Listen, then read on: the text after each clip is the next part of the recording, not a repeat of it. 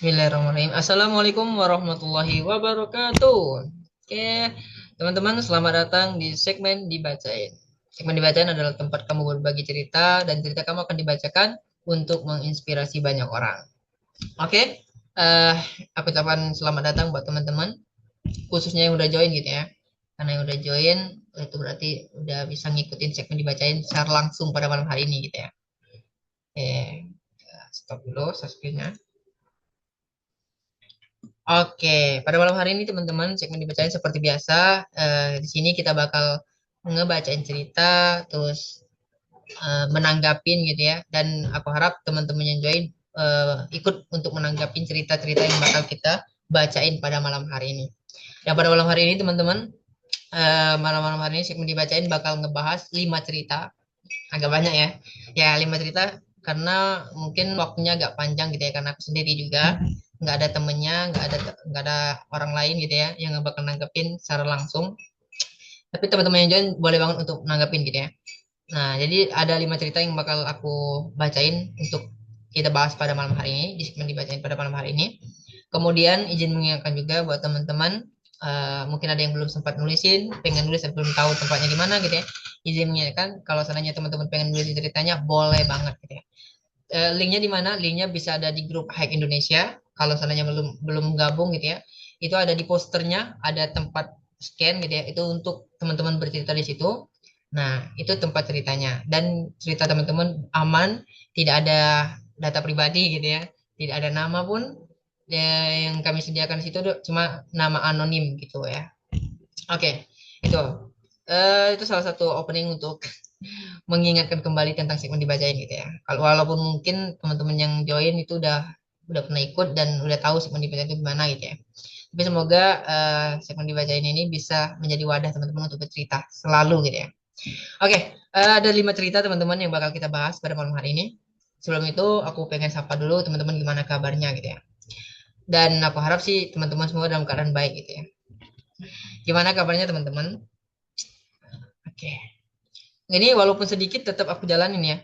Walaupun mungkin ada satu orang atau dua orang yang join gitu ya di segmen dibacain, itu bakal aku tetap jalanin segmennya pun nanti hanya rekaman aja gitu ya. Karena kan ini nanti rekam gitu ya. Mungkin orang yang nulis itu nggak tahu harinya atau mungkin kelupaan gitu ya. Jadi tetap aku jalanin segmen dibacainnya. Ceritanya itu kan aku nggak tahu siapa nulisnya gitu ya. Jadi segmen dibacain tetap lanjut walaupun nanti yang di join di Zoom itu cuma satu orang, dua orang gitu ya. Pun malam ini nggak terlalu banyak pun kita tetap lanjut gitu ya. Aku nggak tahu siapa yang tulisan siapa gitu ya, cerita siapa yang bakal kita bahas pada malam hari ini. Yang pasti kita tetap sama-sama bacain, sama-sama simak gitu ya, sama-sama tanggepin kalau seandainya teman-teman pengen nanggepin. Oke, aku harap teman-teman yang join khususnya dalam keadaan baik, dalam keadaan sehat gitu ya, dalam keadaan enjoy, tenang gitu ya.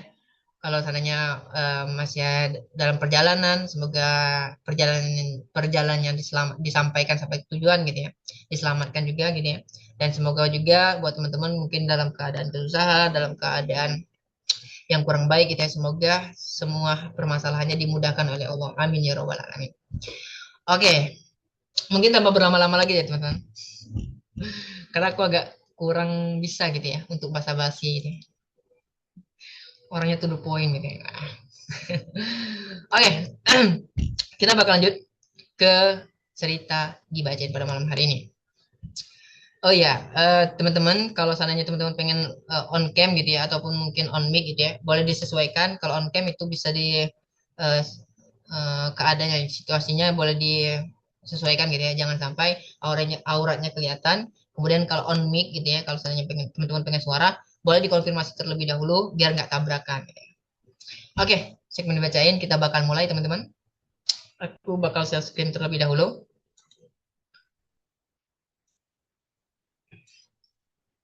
Ini bakal menjadi malam yang panjang ya, karena ceritanya ada 5.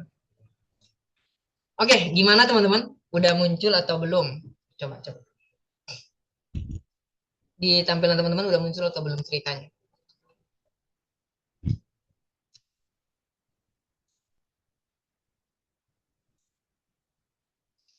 Oke, gimana?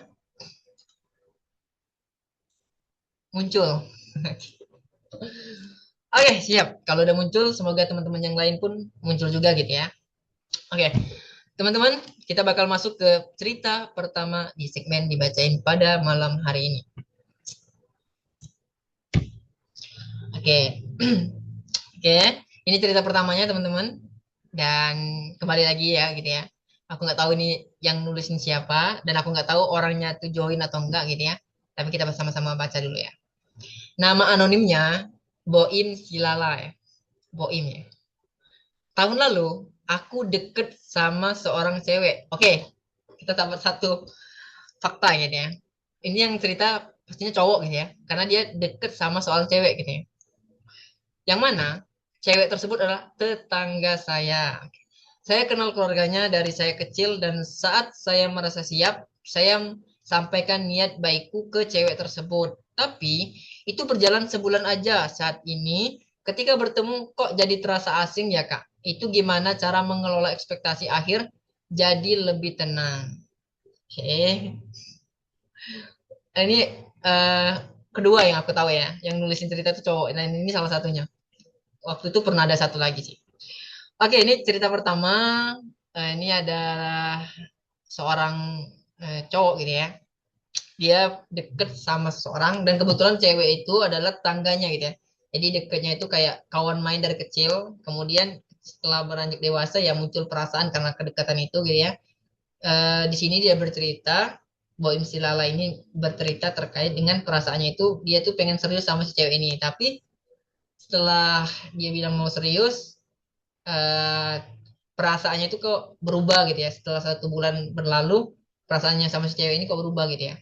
Nah dia bilang gimana cara mengelola ekspektasi gitu ya. Ekspektasi akhir mungkin lebih kepada perasaan yang berlebihan itu gimana ngelolanya gitu ya. Udah Kak. Oke, dari namanya nggak ada cowok ya. Berarti nggak ada orangnya gitu ya. Oke, dari cerita pertama teman-teman.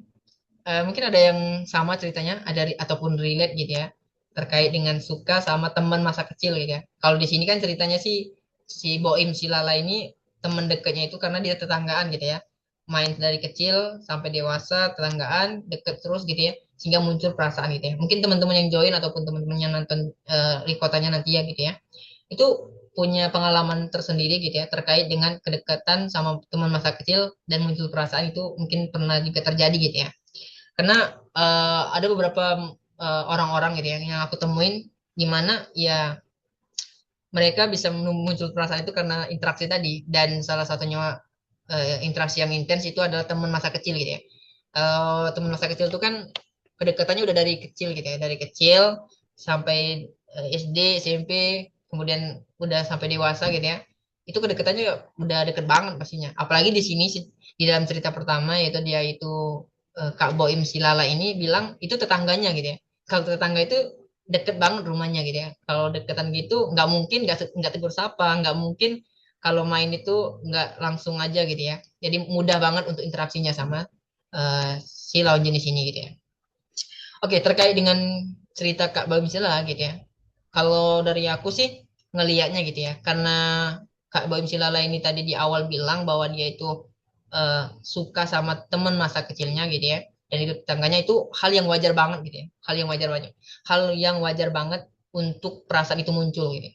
Kenapa? Karena ngelihat dari apa yang disampaikan oleh Kak Boim Silala ini bahwa Kak Boim Silala ini sama si cewek ini adalah teman masa kecil, kemudian rumahnya deketan karena tetanggaan gitu ya. Jadi interaksi antara Kak Bam dengan si cewek ini itu sangat intens banget menurut aku. Sangat intens, walaupun kalau mungkin lagi berantem atau lagi musuhan gitu ya, itu mungkin nggak bisa bertahan lama gitu ya. Karena kedekatan lingkungan gitu ya. Kemudian mungkin pertemanannya tadi udah lama, jadi kalaupun untuk berantem itu nggak mungkin lama-lama gitu ya. Jadi kalau ngelihat dari situasinya gitu ya, dari situasi cerita pertama ini, perasaan yang dialami oleh Kak Boim Silala itu hal yang wajar banget gitu ya menurut aku, karena interaksinya sangat intens sama si ceweknya gitu ya. Kemudian Kak Boim Silala bilang karena muncul perasaan tadi gitu ya, rasa suka sama si cewek ini gitu ya, sama teman masa kecilnya ini, dia tuh coba untuk mengungkapkan karena dia tadi pengen sudah di tahap gitu ya, sudah di tahap udah siap untuk menikah, untuk jenjang yang lebih serius. Jadi dia karena dia udah kenal juga sama si ceweknya, dia coba memberanikan diri untuk menyampaikan niat baiknya gitu ya. Dan hal ini kalau aku ngelihatnya gitu ya, niat baiknya di sini tuh pengen jadikan si ceweknya istri ya. Kalau kita ngelihatnya bukan pengen ngajak pacaran gitu ya. Kalau oke, di situ Kak Boim Silala ini bilang dia tuh pengen nyampein niat baiknya sama si cewek ini, sama teman masa kecilnya ini gitu ya. Karena kan kedekatan, interaksi, kemudian perasaan tadi muncul karena kedekatan itu dari situ dia punya niatan baik pengen ke jenjang yang lebih serius sama si teman masa kecilnya ini gitu ya. Nah, di ceritanya ini itu kepotong tuh, nggak tahu kita kejelasan dari hubungannya selanjutnya gimana gitu ya. Kak Mbak Misalnya nggak bilang di situ ceweknya itu nerima atau enggak, gimana tanggapan si cewek nggak diceritain gitu ya. Tapi Kak Mbak Misalnya justru bilang di sini di cerita pertama ini bahwa setelah 1 bulan setelah dia menyampaikan niat baik tadi, walaupun kita nggak tahu ya si ceweknya gimana nanggepin gitu ya. Tapi Kak Boim Silala bilang bahwa ketika setelah dia menyampaikan niat baik tadi, itu perasaan yang tadi kayak suka banget sama si cewek ini sehingga dia mau menjadikan dia istri gitu ya. Ternyata perasaan itu kayak mulai memudar gitu ya. Mulai memudar dan Kak Boim Silala mulai mempertanyakan gitu ya. Ini gimana gitu ya. Perasaannya ini kok berubah gitu ya setelah menyampaikan niat baik tadi gitu ya. Kemudian Kak Boim Silala coba mempertanyakan juga ekspektasi akhir gitu ya. Ekspektasi akhir tuh kayak rasa suka itu kalau memang itu beneran suka gitu ya seharusnya itu nggak pudar gitu ya. Tapi di sini dia mempertanyakan kok di akhir gitu ya. Setelah dia mengungkapkan perasaannya pengen nyampaikan niat baik tadi, kenapa perasaan yang suka tadi, yang menggebu-gebu tadi, yang pengen jadikan teman masa kecilnya istri tadi kok menghilang gitu ya. Memudar lah, bukan langsung menghilang tapi memudar gitu ya. Perlahan tapi pasti memudar, tapi ujung-ujungnya bakal menghilang juga kayak. Oke, aku bisa ngelihat gitu ya di situasi dari cerita pertama ini gitu ya. Mungkin yang membuat perasaan Kak Boim Silala ini memudar ataupun hilang gitu ya terhadap si teman masa kecilnya ini. Yang pertama sih lebih kepada bisa dibilang interaksi antara Kak Boim Silala dengan si cewek ini gitu ya, atau teman masa kecilnya ini itu mulai kayak menurun gitu ya, interaksinya agak menjauh. Bisa jadi karena Kak Boim Silala tadi menyampaikan niat baiknya, ternyata si ceweknya itu malah kayak risih, kayak nggak mau gitu ya, kayak nolak gitu sama Kak Boim Silala, sehingga interaksinya tadi yang awalnya intens karena teman masa kecil, tapi karena Kak Boim Silala udah nyampaikan niat baik untuk jadikan si ceweknya istri gitu ya. Jadi si ceweknya justru menjauh gitu ya, menjauh sehingga interaksinya agak berkurang gitu ya. Dan dari situ Kak Bam Silala juga merasakan hal yang sama gitu ya. Dengan perubahan si ceweknya gitu ya. Dengan perubahan si ceweknya kayak perasaan kayak suka banget tadi tuh mulai kayak biasa aja gitu ya. Yang awalnya suka sama si cewek ini kayak karena interaksinya intens gitu ya. Ketika si ceweknya justru mengurangi interaksi itu gitu ya. Jadi perasaan yang awalnya menggebu-gebu tadi, yang awalnya pengen jadikan si ceweknya di istri gitu ya, itu perlahan memudar gitu ya. Sama Kak Bam Silala. Itu bisa opsi pertama gitu ya. Kalau aku ngelihatnya gitu ya. Kedua, kalau aku ngelihatnya juga situasinya yang ngebuat eh, perasaan Kak Bam Silala itu berkurang gitu ya, ataupun mulai pudar terhadap si cewek ini gitu ya, si teman masa kecilnya ini, itu bisa jadi karena sikap si cewek berubah juga, sikapnya gitu ya. Bisa jadi ceweknya tetap intens tuh terhadap mungkin interaksinya gitu ya. Tapi ada perubahan kayak sifat si ceweknya yang berubah gitu ya. Bisa jadi itu ketika diajak main itu mulai menghindar, kemudian juga bisa jadi juga cara si cewek itu mulai sifat-sifat buruk si cewek itu, sifat-sifat asli si cewek itu mulai terbuka gitu ya. Sehingga ketika Kak Boim Silalang lihat itu tuh ngebuat kayak perasaannya tadi yang awalnya suka banget sama si cewek ini, sama teman masa kecilnya ini, itu mulai kayak mempertanyakan gitu ya. Ini orangnya bener nggak sih? Kok berbeda sekarang gitu ya? Nah itu, di situ perubahan itu yang ngebuat perasaan Kak Boim Silala ini yang awalnya pengen jadiin si cewek ini, si teman masa kecilnya ini adalah jadi istrinya, itu mulai kayak mempertanyakan, kemudian dari situ perasaan yang awalnya cinta banget tadi, perasaan yang awalnya suka banget sama teman masa kecilnya ini, itu mulai kayak ragu gitu ya, ragu dan perasaan suka itu mulai agak hilang gitu ya, atau mulai memudar. Itu kalau cerita dari ceritanya gitu ya. Kalau aku ngelihat dari ceritanya, karena Kak Boim Silala di sini nggak menjelaskan tanggapan si cewek ketika Kak Boim Silala itu menyatakan pengen niat baiknya tadi. Kalau seandainya di ceritanya itu dibilang gitu ya, si ceweknya nerima atau si ceweknya itu seneng gitu ya. Nah itu opsi tadi mungkin hilang tuh. Mungkin ada sesuatu yang berbeda yang lain gitu ya, yang menjadi faktor kenapa perasaan Kak Boim Silala itu hilang gitu ya, ataupun mulai memudar kepada si teman masa kecilnya ini.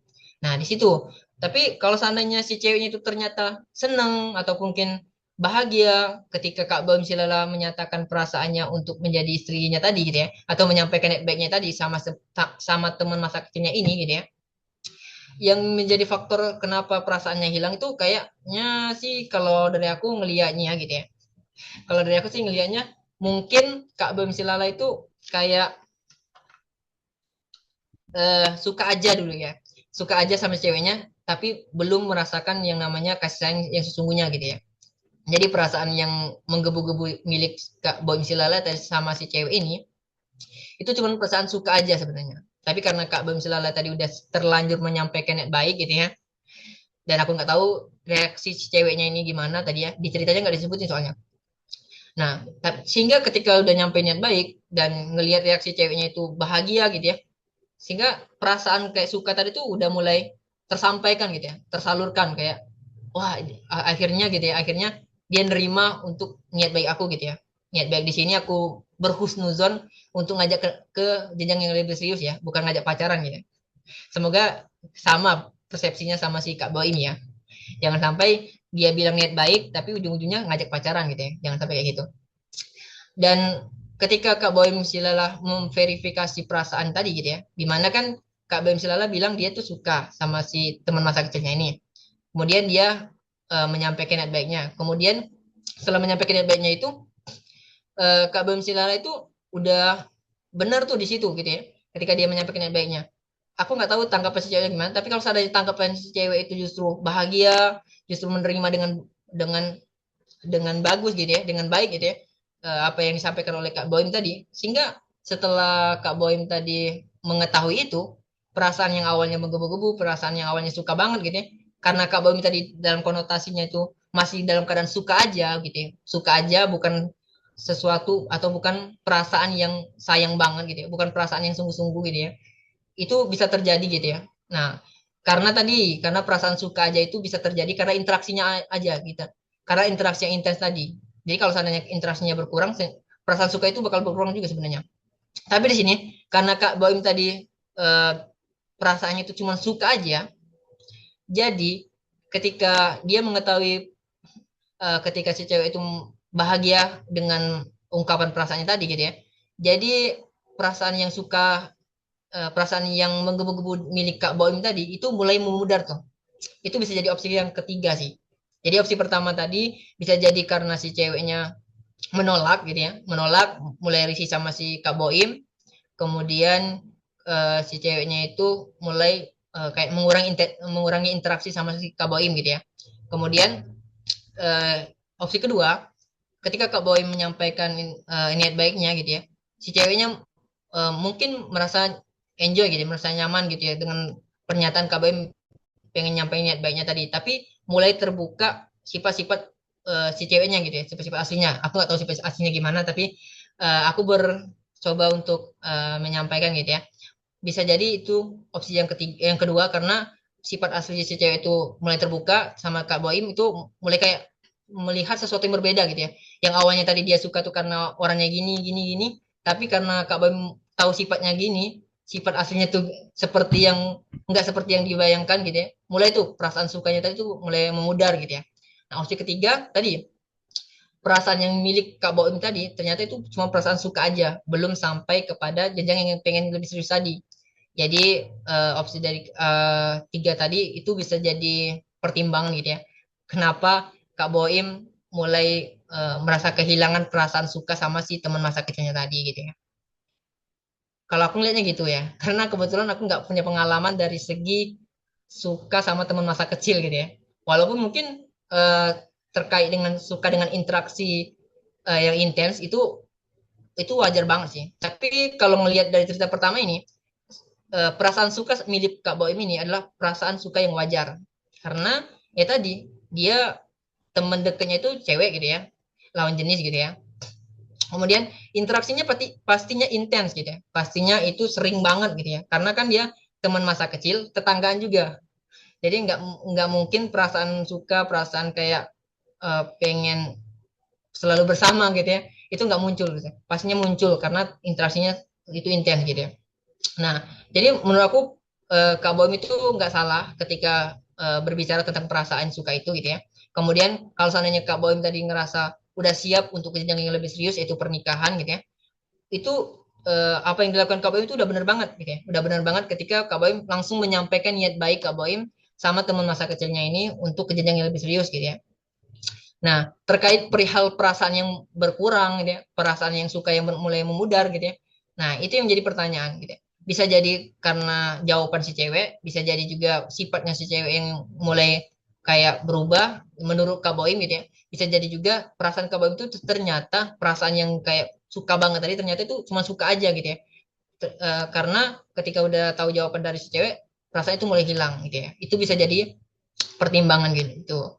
Itu bisa jadi pertimbangan buat Kak Boimnya gitu ya. Jadi aku nggak tahu opsi yang mana yang paling yang benar gitu ya. Karena aku nggak tahu tanggapan si cewek itu sama penyampaian Kak Boim tadi gimana gitu ya.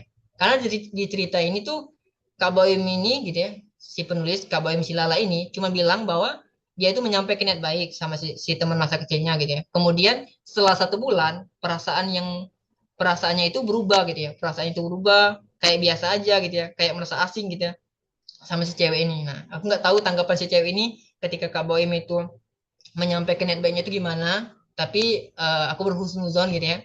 Semoga niat baiknya itu ditanggapi dengan baik oleh si cewek gitu ya. Sehingga sebenarnya hubungan keakraban antara Kak Boim sama teman masa kecilnya ini bisa menjadi hubungan yang halal gitu ya. Jadi nggak perlu umput-umputan lagi gitu ya perasaannya tadi. Apalagi di sini Kak Boim udah nyampaikan niat baiknya. Dan aku doain kalau seandainya si cewek ini atau teman masa kecilnya Kak Boim ini adalah jodohnya Kak Boim gitu ya. Semoga ya niat baik tadi dibalas dengan balasan yang terbaik gitu ya. Dibalas dengan respon-respon yang baik dari teman masa kecilnya ini.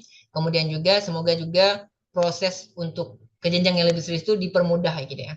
Kalaupun nanti ternyata berbeda gitu ya, takdirnya berbeda gitu ya. Semoga juga Kak Boim diberikan kelapangan hati gitu ya, kelapangan hati dan dipermudahkan juga untuk menemukan seseorang yang memang tepat untuk Kak Boim gitu ya. Jangan sampai dari kejadian ini gitu ya, dari kejadian ini yang ngebuat Kak Boim itu kayak ngerasa kayaknya aku salah deh, terlalu cepat gitu ya. Sehingga Kak Boim mau menghindari yang namanya perasaan suka, perasaan sama lawan jenis itu jangan sampai kayak gitu. Jadikan semua ini pelajaran buat Kak Boim gitu ya. Kalau seandainya proses niat baik tadi diperlancar, ya semoga diperlancar sampai hari H gitu ya, sampai hari pernikahannya gitu ya. Kalaupun ternyata berbeda, ternyata niat baik Kak Boim tadi ditanggapin dengan penolakan gitu ya oleh teman masa kecilnya, buat Kak Boim jangan sampai kejadian ini ngebuat Kak Boim itu justru menjadi pribadi yang menolak atau menyalahkan rasa suka gitu ya. Jangan sampai kayak gitu. Karena rasa suka yang dialami oleh Kak Boim itu hal yang wajar banget gitu ya. Hal yang wajar banget. Karena mungkin teman-teman yang join tahu gitu ya. Ataupun teman-teman yang pernah ngalamin gitu ya. Kalau seandainya kita tuh interaksinya intens sama seseorang, itu bakal muncul rasa suka tuh. Kalau teman-teman udah pernah ngalamin gitu ya. Aku nggak tahu teman-teman tuh udah pernah ngalamin atau enggak, tapi semoga ada yang relate gitu ya. Nah, kalau aku ngelihatnya gitu, karena di sini ceritanya itu Kabam itu punya teman masa kecil, tetanggaan, jadi interaksi intens itu sangat wajar memunculkan rasa suka gitu. Oke, aku nggak tahu Kabam ini join atau enggak gitu ya, tapi semoga nanti Kabamnya lihat rekamannya, biar dia tahu gimana ceritanya itu udah dibacain pada malam hari ini. Oke teman-teman, itu cerita pertama dari Kak Boim gitu ya. Kali ini kita ngebacain cerita dari cowok gitu. Nah, oke. Kalau teman-teman yang join ada tanggapan gitu ya terkait dengan cerita pertama, boleh boleh untuk disampaikan. Karena cerita pertama ini bisa juga teman-teman ambil pelajarannya karena kan di sini ada ceweknya gitu ya. Ada kayak teman ceweknya itu kan punya ambil peran juga dalam cerita pertama ini, karena sebenarnya cerita pertama ini belum lengkap karena nggak di situ, di cerita pertama ini nggak disebutin gimana reaksi ceweknya ataupun tanggapan ceweknya ketika Kak Boim itu menyampaikan niat baik gitu ya. Tapi aku coba untuk menyampaikan pandangan aku minimal tiga tadi gitu ya, tiga kemungkinan yang aku ambil gitu ya dari cerita Kak Boim ini. Oke, itu ya teman-teman. Sorry ya, mungkin agak kecepatan, tapi aku coba menyesuaikan tempo gitu ya. Sama kebetulan aku juga agak buru-buru hari ini gitu ya, mulainya gitu ya. Jadi kalau seandainya kata-kataku terlalu cepat, semoga teman-teman tuh mendapatkan intinya aja gitu ya. Oke, tapi boleh dibilang ya, kalau seandainya terlalu cepat, kalau seandainya kurang jelas gitu ya, biar nanti kalaupun eh, nggak dapat intinya, minimal jelas apa yang aku omongin gitu ya. Oke, kita lanjut lagi teman-teman. Gimana? Aku mau tanya teman-teman dulu. Gimana nih? Mau lanjut atau enggak nih? Cerita kedua. Gimana, gimana? Agak banyak loh malam ini. Ada 5 cerita. Dan cerita pertama dimulai ataupun dibuka oleh cerita Kak Boim ya. Cowok ya. Oke, lanjut ya. Kak Umi. Oke, kita lanjut dulu. Agak jarang ya cowok tuh bercerita di sini. Tapi di sini kita dapat tuh satu cerita dari cowok. Oke. Ini cerita pertama tadi ya teman-teman. Gimana nih? Udah muncul atau belum tadi? Udah muncul atau belum nih?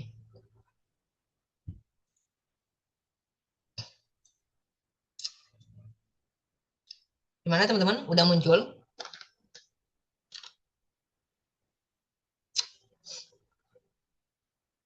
Belum ya?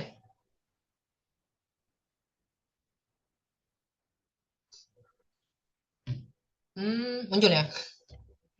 Ya, tolong di ini ya. Boleh dibilang ya. Takutnya aku yang mau lanjut-lanjut aja gitu ya. Ternyata nggak muncul. Oke. Nah, ini agak panjang. Oke, ini cerita kedua, teman-teman. Ada 2 slide ya. Oke, ini ada 2 slide. Jadi, aku harap teman-teman kalau seandainya sambil baca gitu ya ceritanya dan ketinggalan bacanya, boleh dibilang ya. Ini ada 2 slide. Jadi, ini slide pertama dan ada slide lagi, satu lagi. Oke, ini nama penulisnya Aksara ya.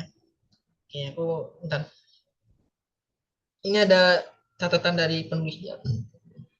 Catatan dari penulisnya.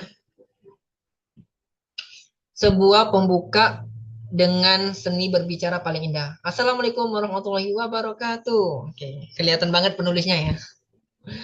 Seutas doa yang tanpa sadar memupuk berkah bagi yang menjawabnya. Pada waktu yang telah beranjak pergi, pada mimpi yang seharusnya terrealisasi. Namun nyatanya belum pantas untuk dimiliki. Hai, bolehkah aku meluahkan sajak-sajak kerinduan ini? Aku merindukan segala hal yang berkaitan dengannya. Aku seorang pengembara yang berkelana dengan ingatan syair dan puisi masa belia. Aku mengenal Khairil Anwar. Aku pun mengenal puisi cinta, nasihat juga sarkas. Aku mengenal Wiji Tukul dengan puisi perjuangannya. Aku mengenal W.S. Rendra sampai Sapardi Djoko Damono. Wah, tak banyak yang ku kenal, tapi setidaknya aku mengetahui beberapa karya dari sang legenda. Oke, sang legenda. Aku meresapi makna larik tiap pantun yang pernah kurangkai. Aku menghayati tiap baris puisi yang kutenun dengan rasa. Aku menyelami hikmah dari tiap cerita yang pengarang rahasiakan. Sungguh, sastra telah menghidupkan jiwa yang kering karena tak ada ruang untuk ia bersuara. Namun, ruang itu meredup. Aku merindukan bercengkraman dengan sastra. Aku berkelana dengan imajinasi yang tak pernah dihakimi oleh sesiapa. Aku memeluk ringkih diksi yang menjadi representasi rasa yang tak dapat aku ungkapkan dengan suara. Aku merindukannya. Aku merindukan ketika aku membedah kerangka cerita, lalu kutafsirkan dengan bahasa sastra yang berirama. Tak hanya sastra, aku pun mulai redup untuk beretorika atau sekedar mengasah gramatika. Bara api itu kian meredam, tak kala jiwa telah terbentur dengan segala kejadian.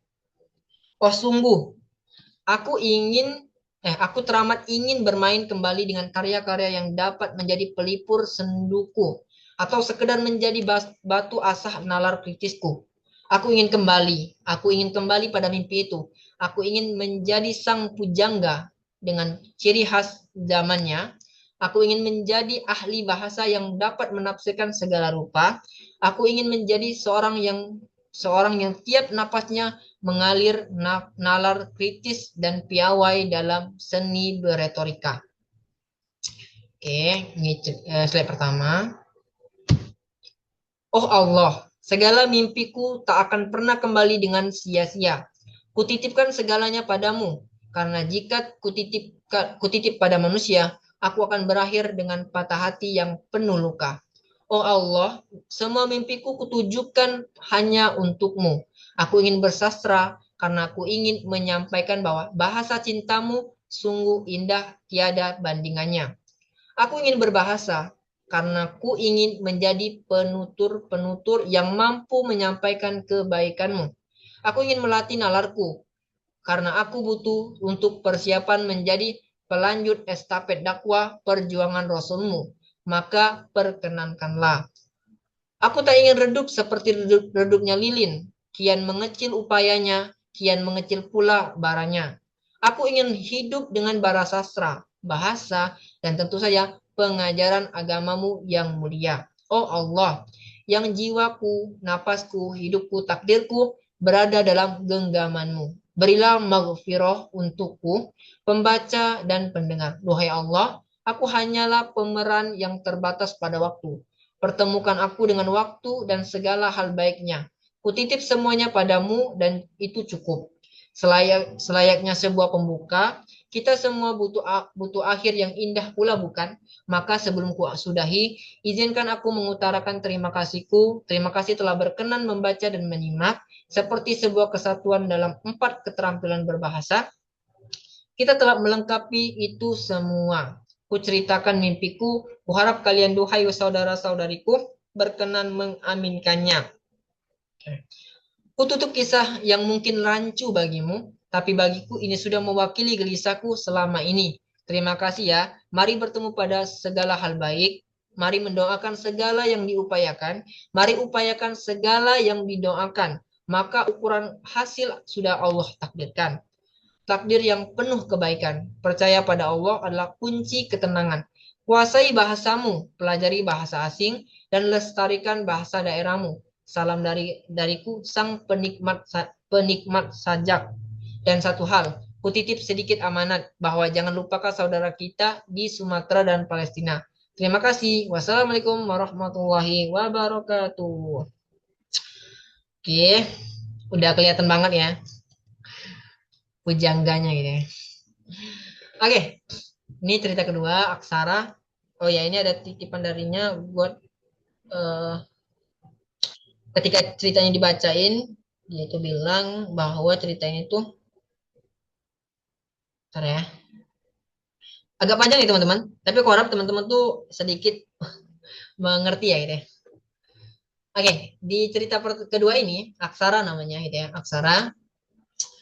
Asal teman-teman tahu, tulisan yang seindah tadi gitu ya, tulisan yang sekeren tadi, itu ditulis pukul 11 malam, pukul 11 lewat 26 menit gitu ya. Itu artinya setengah 12 malam gitu ya. Dimana itu kalau orang kebanyakan itu adalah dimana otak tuh udah nge-push banget gitu ya. Udah kayak capek banget gitu ya. Waktunya istirahat. Tapi di sini si Aksara gitu ya namanya.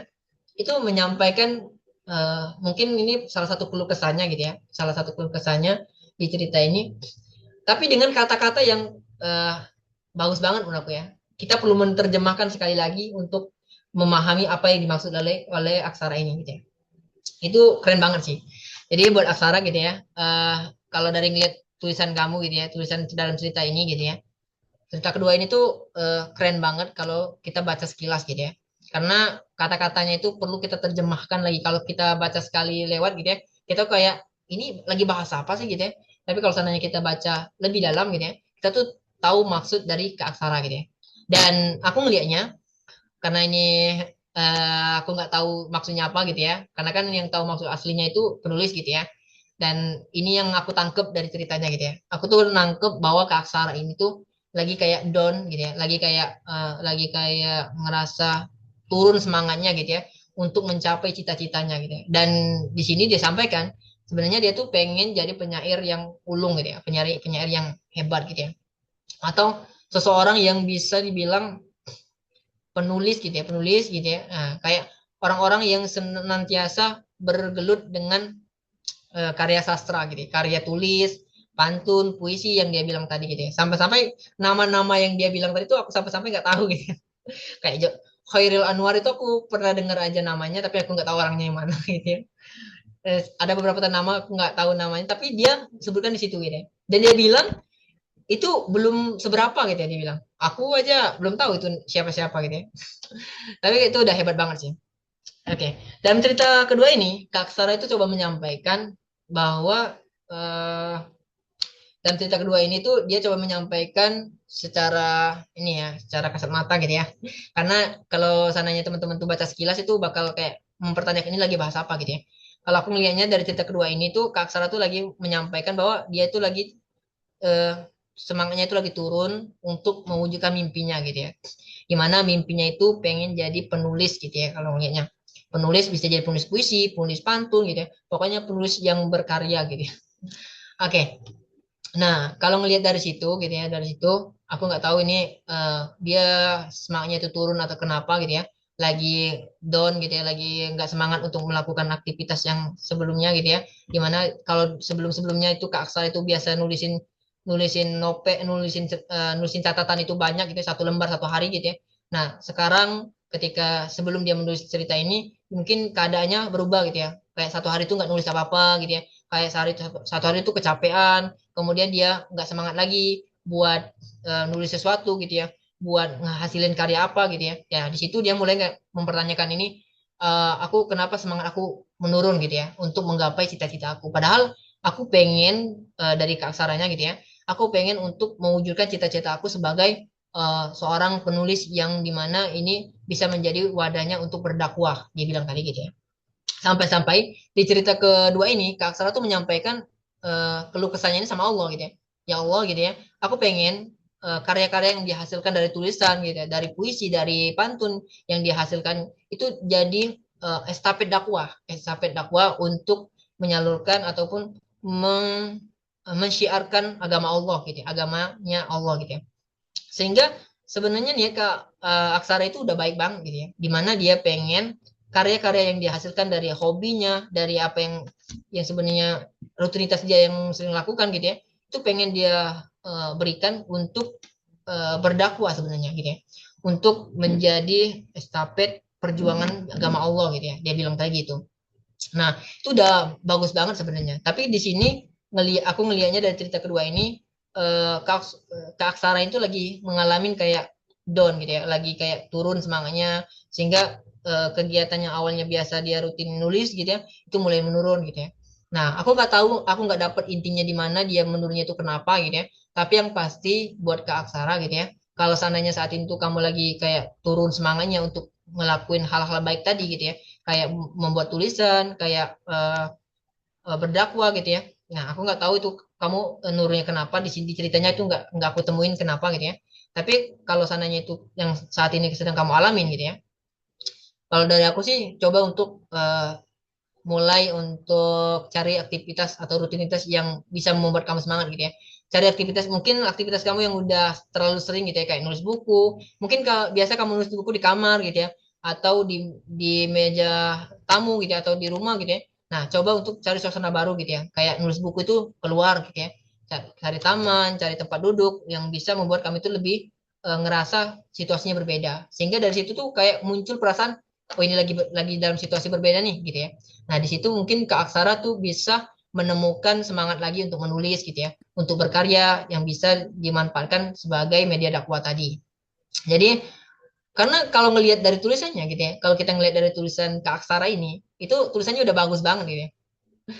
Itu tuh tulisannya udah bagus banget. Dan aku ngelihatnya itu kayak lagi baca buku gitu ya. Kalau mungkin teman-teman yang sambil baca tadi gitu ya, di tulisan kedua ini tuh Kak Sarah tuh menyampaikan kata-kata di mana nggak secara langsung makna itu langsung kita temuin gitu ya. Nah itu udah keren banget menurut aku, udah keren banget. Jadi buat Kak Aksara eh, tetap lanjutin aktivitas baik kamu gitu ya. Utamanya kamu kan pengen kegiatan kayak menulis, kayak buat puisi, buat pantun yang kamu bilang tadi gitu ya. Karya-karya yang kamu buat itu pengen menjadi estafet dakwah untuk memperjuangkan agama Allah gitu ya. Nah itu sebuah niat yang baik banget. Jadi jangan sampai semangat kamu yang menurun saat ini gitu ya, membuat kamu tuh malah berhenti dari kegiatan itu gitu ya. Jangan sampai kayak gitu. Jadi jadikan situasi yang kayak gini gitu ya, situasi kayak turun semangat gitu ya, nggak pengen lagi nggak mood untuk nulis gitu ya. Jadikan situasi kayak gini tuh sebagai pelajaran dan sebagai reminder buat kamu gitu nih. Kalau saat situasinya kayak gini, aku harus ngelakuin apa nih? Nah, kalau dari aku sih lebih kepada coba cari suasana yang berbeda gitu ya. Suasana yang berbeda mungkin bisa juga ajak ngobrol teman gitu ya, mungkin kamu butuh seseorang untuk cerita untuk sharing gitu ya.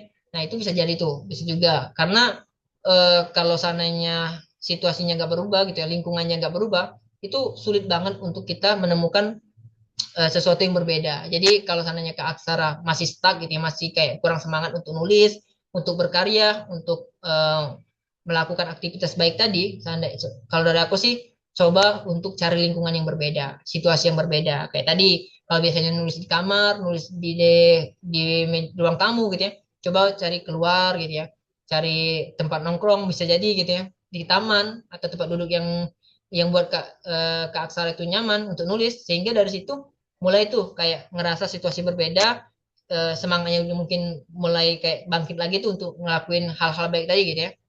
Jadi jangan sampai situasi kayak gini membuat Kak Aksara itu malah meninggalkan niat baik ini gitu ya, meninggalkan eh, kegiatan-kegiatan baik ini gitu ya, kayak menulis, kayak buat puisi, buat pantun, yang dimana itu dia dedikasikan untuk menyebarkan agama Allah. Yang pasti puisi, pantun, tulisan itu dalam hal kebaikan semua gitu ya. Kalau dari tulisannya tadi sih eh, rasa itu hal kebaikan semua. Yang dimana dia bilang kan tadi pengen jadi estafet dakwah gitu ya, estafet sebagai eh, tangan panjang gitu ya, sebagai estafet untuk menyebarkan agama Allah gitu ya. Nah, dimana di situ aja udah tahu banget kita ya, niat baik ke Aksara itu udah bagus banget gitu ya, pengen menyampaikan dakwah melalui karya-karya tulisannya gitu ya, baik baik puisi, tulisan ataupun pantun tadi dia bilang. Oke, semangat Kak, bahagiakan dirimu dengan hal-hal baik lainnya. Capek itu biasa, istirahat sebentar itu boleh. Asal jangan menyerah jalan Allah. Tuh, itu dari Kak Nopi tuh, buat Kak Aksara gitu ya. Jadi buat Kak Aksara, aku harap situasi kayak gini nggak buat kamu tuh berhenti dari keadaan ini ya. Berhenti dari melakukan hal-hal baik itu gitu ya. Dan aku harap situasi kayak gini tuh jadi kayak reminder juga sih. Bahwa sebenarnya kita tuh bakal ngalamin masa capek ya. Mungkin teman-teman yang join pernah juga gitu ya. Gimana mungkin kalau seandainya kita lagi ngejalan eh, situasi yang aman-aman atau enjoy-enjoy aja gitu ya. Kita tuh terkadang pernah berada gitu ya. Wah, contohnya aja kerja, kuliah gitu ya. Mungkin di awal-awal, mungkin ketika kita lagi semangat-semangatnya itu nggak kepikiran tuh bakal muncul kayak perasaan nggak mood, perasaan kayak lagi capek itu nggak kepikiran. Tapi ketika situasinya kayak sekarang gitu ya, kayak dialami oleh Kak Aksara, dia mengalami kayak kurang semangat nih untuk ngelakuin nulis gitu ya, ngelakuin hal-hal yang biasa dilakuin gitu ya, sehingga dia ngerasa itu bukan aktivitas yang harus dia lakukan gitu ya. Nah dari situ tuh sebenarnya reminder juga buat kita gitu ya, bahwa sebenarnya ketika kita menjalani aktivitas gitu ya, kita tuh bakal berada di posisi yang sama kayak Kak Aksara gitu ya, dimana kita bakal ngalamin kayak nggak mood, kayak capek, kayak maunya itu istirahat aja gitu ya. Nah itu nggak apa-apa banget kalau sananya keadaan seperti itu. Kalau sananya kita dalam keadaan kayak lagi capek, lagi butuh istirahat, ya nggak apa-apa banget. Kita meninggalkan sejenak aktivitas itu gitu ya. Aktivitas yang mungkin sudah rutin kita lakukan ketika kita lagi dalam keadaan capek, dalam keadaan lelah, itu nggak apa-apa banget kita berhenti sejenak gitu ya. Cari aktivitas lain, cari uh, circle yang bisa mendukung gitu ya, kemudian cari lingkungan yang berbeda sehingga rasa capek tadi mungkin udah mulai kayak uh, hilang gitu ya, udah mulai agak hilang, sehingga kita ketika balik lagi kepada situasi yang awal gitu ya, aktivitas yang awal itu semangatnya udah berbeda gitu ya, udah semangat lagi gitu ya. Jadi buat Kak Aksara, kalau seandainya kamu butuh istirahat untuk saat ini gitu ya, perlu untuk lingkungan yang berbeda, situasi yang berbeda, aktivitas yang berbeda, itu aku harap sih kamu bisa lakukan gitu ya. Jangan sampai tadi kamu menganggap ketika kamu lagi nggak semangat untuk nulis, untuk berbuat karya tulisan, untuk menyebarkan agama Allah tadi gitu ya, kamu malah berhenti dari kegiatan itu, sehingga nantinya kamu justru melakukan hal-hal yang nggak produktif. Jadi kalau dari aku, tetap lakukan apa yang kamu bisa lakukan saat ini gitu ya. Tadi lakukan dengan aktivitas yang berbeda gitu ya, aktivitas yang berbeda, cari circle yang bisa membantu semangat kamu kembali lagi gitu ya. Jadi jangan sampai semangat kamu yang lagi turun sekarang ngebuat kamu tuh malah eh, berhenti dari aktivitas itu gitu. Itu dari Kak Nopi tadi ya, semangatnya disemangatin oleh Kak Nopi tuh buat Kak Aksara gitu ya. Oke gitu ya teman-teman. Ceritanya panjang, cuman kalau aku dapat gitu ya, yang aku dapat dari ceritanya seperti itu gitu ya. Karena kata-katanya itu perlu diterjemahkan lagi kalau menurut aku. Oke, teman-teman tadi udah baca belum sih? Coba-coba. Ada yang baca nggak sih cerita Kak Aksara tadi? Coba. Kalau belum, aku pengen liatin lagi deh. Yang join gimana? Teman-teman baca nggak cerita Kak Aksara tadi?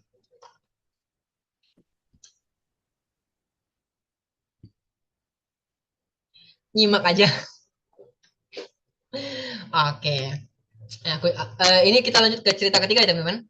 Kita lanjut ke cerita ketiga, tapi aku coba lihatkan lagi tulisan Kak Aksara ya. Ingat ya teman-teman, Kak Aksara di sini nulisnya itu pukul 11 lewat 26 menit gitu ya.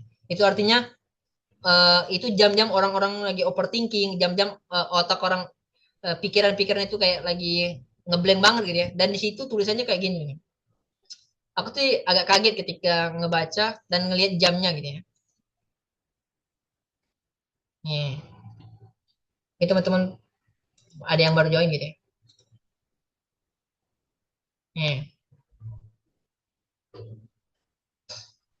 oke, gini ya. Ya, mungkin kalau ngelihat dari tulisannya ini udah terbiasa gitu ya. Udah terbiasa dengan kata-kata yang kayak gini. Jadi aku harap sih Kak Aksara nggak berhenti untuk menulis hal-hal baik, gitu ya, berkarya. Dan di sini dia bilang untuk sebagai perjuangan pengembara yang berkelana gitu ya, untuk menyampaikan perjuangan Allah ya. Nah ini pelanjut estafet dakwah perjuangan Rasulullah nih dia bilang di sini ya. Oke, ini cerita kedua ya. Kita lanjut lagi teman-teman. Karena tadi ada 3 cerita, ada 5 cerita ya. Oke, ini cerita ketiga ya. Oke, kita masuk ke cerita ketiga. Oke, gimana teman-teman? Udah muncul belum nih? Takutnya aku baca tapi teman-teman nggak lihat gitu. Muncul ya? Udah, oke. Nama penulisnya adalah Ta ya. Oke, muncul. Oke, ini cerita ketiga. Nama penulisnya adalah Ta ya. Bukan Ba ya, tapi Ta. Assalamualaikum kakak. Di tengah berkecamuknya nikah muda. Oke. Dan besarnya polemik kehidupan dalam berumah tangga. Oke. Tapi masih aja yang tetap sama mewujudkan impian dengan kata menyempurnakan agama dan sunnah Rasul. Tapi di balik itu juga banyak perceraian di usia pernikahan yang sangat muda. Beginilah kehidupan kalau aturannya tidak sesuai dengan syariat dan hukum syara. Dan dalam kata lain, bukan hal itu juga yang membuat kita tidak ingin menikah. Justru punya pemikiran yang lain dalam memandang hal tersebut. Dikarenakan juga tidak pernah pacaran sama sekali. Lingkungan organisasi kampus yang benar-benar diatur cara pergaulannya, sehingga jarang sekali campur baur kesehariannya. Tapi di balik itu, ada orang tua yang menantikan pernikahan anaknya. Sudah dijelaskan juga secara baik bahwa enggak terlalu khawatir dengan takdirnya Allah. Justru Allah juga sudah menciptakan kita secara berpasangan. Mereka juga mengerti, tapi alih semakin ke sini. Oh, tapi alih semakin ke sini masih ada tetap pertanyaan yang sama. Udah berusaha melampirkan CV dan berdoa juga.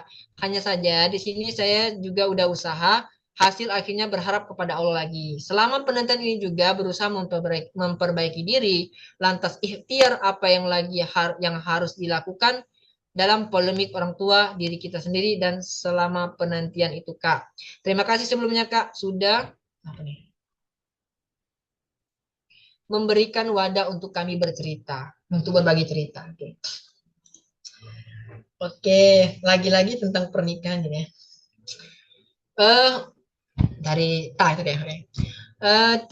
Dari cerita ketiga, teman-teman harap lagi paham ya tentang ceritanya.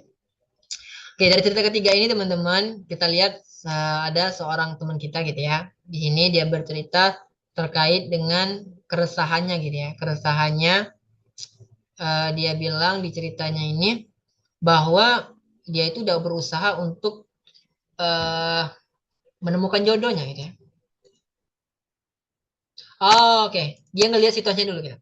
Dia ngelihat situasi saat ini gitu ya. Si penulisnya itu mencoba menjelaskan situasi saat ini gitu ya, di mana tren nikah muda gitu ya. Tren nikah muda, kalau kita ngelihat di sosial media itu banyak sekali tren-tren nikah muda gitu ya. Dan tren perceraian, tren KDRT itu banyak juga gitu ya. Lebih kepada itu yang sering muncul di sosial media gitu ya, kita lihatnya gitu ya.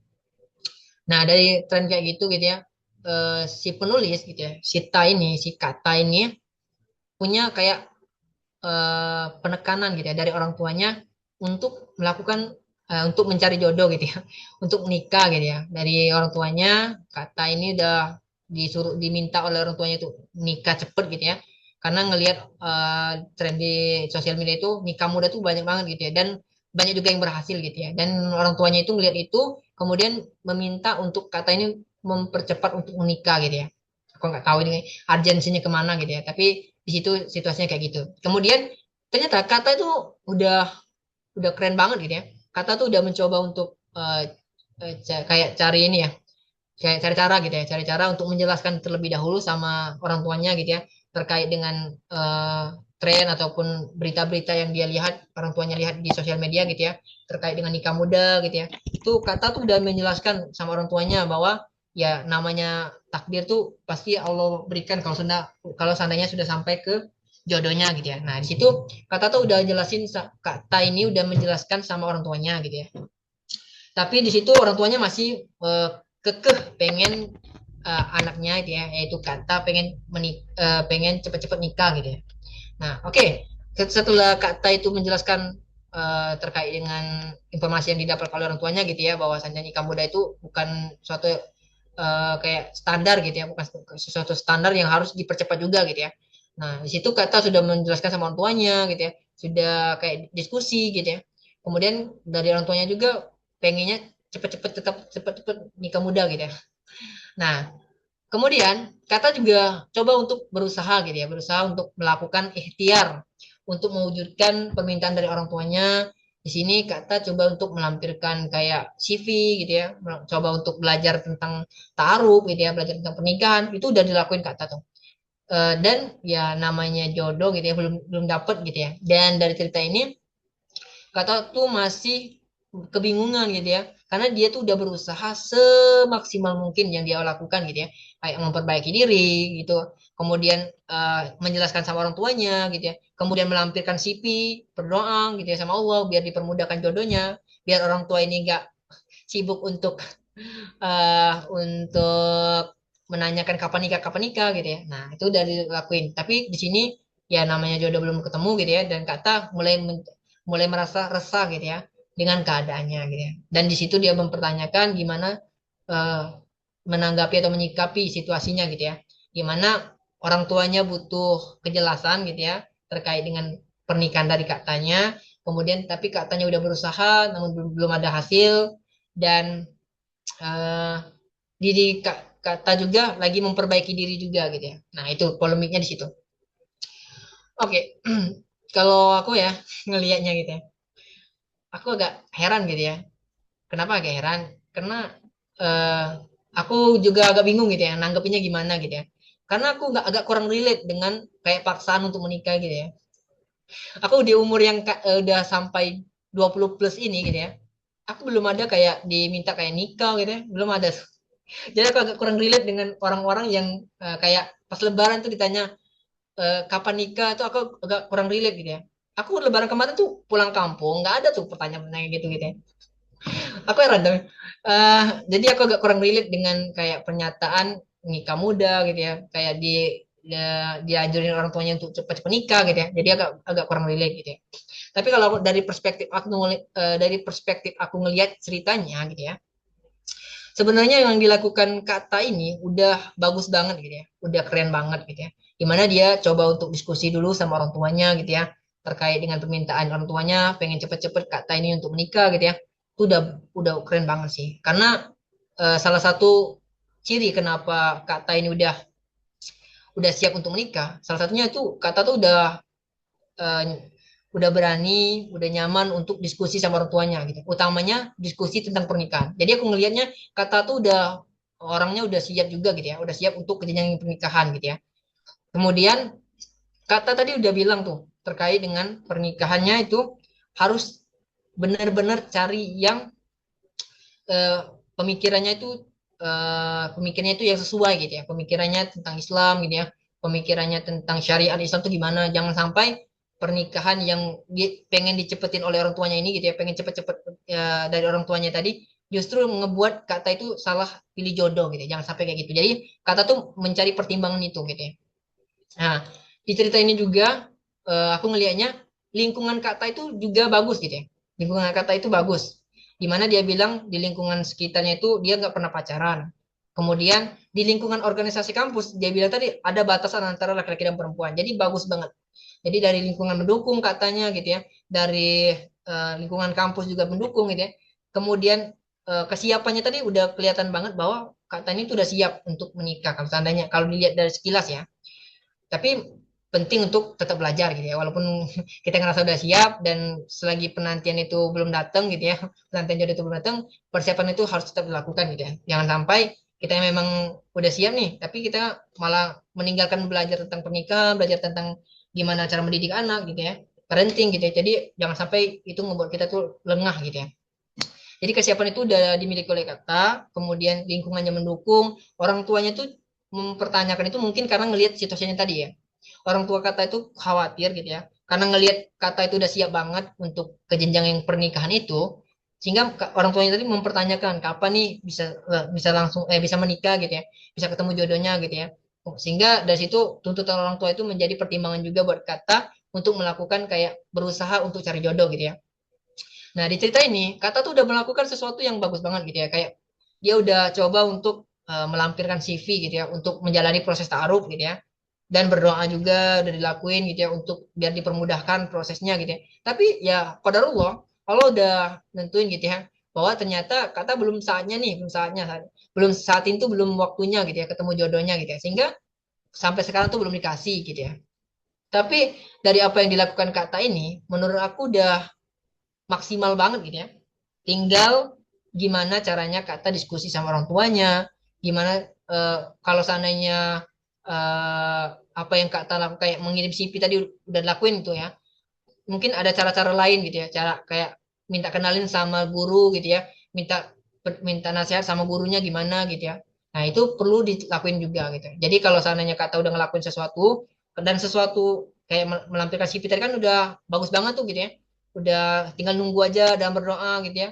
Sudah berdoa juga, tapi karena belum waktunya gitu ya, belum belum dapat jodohnya belum sampai gitu ya, belum datang gitu ya. Jadi menurut aku Kata perlu untuk melakukan hal-hal yang lain, tapi tetap dalam koridor kebaikan gitu ya, dalam koridor kebaikan.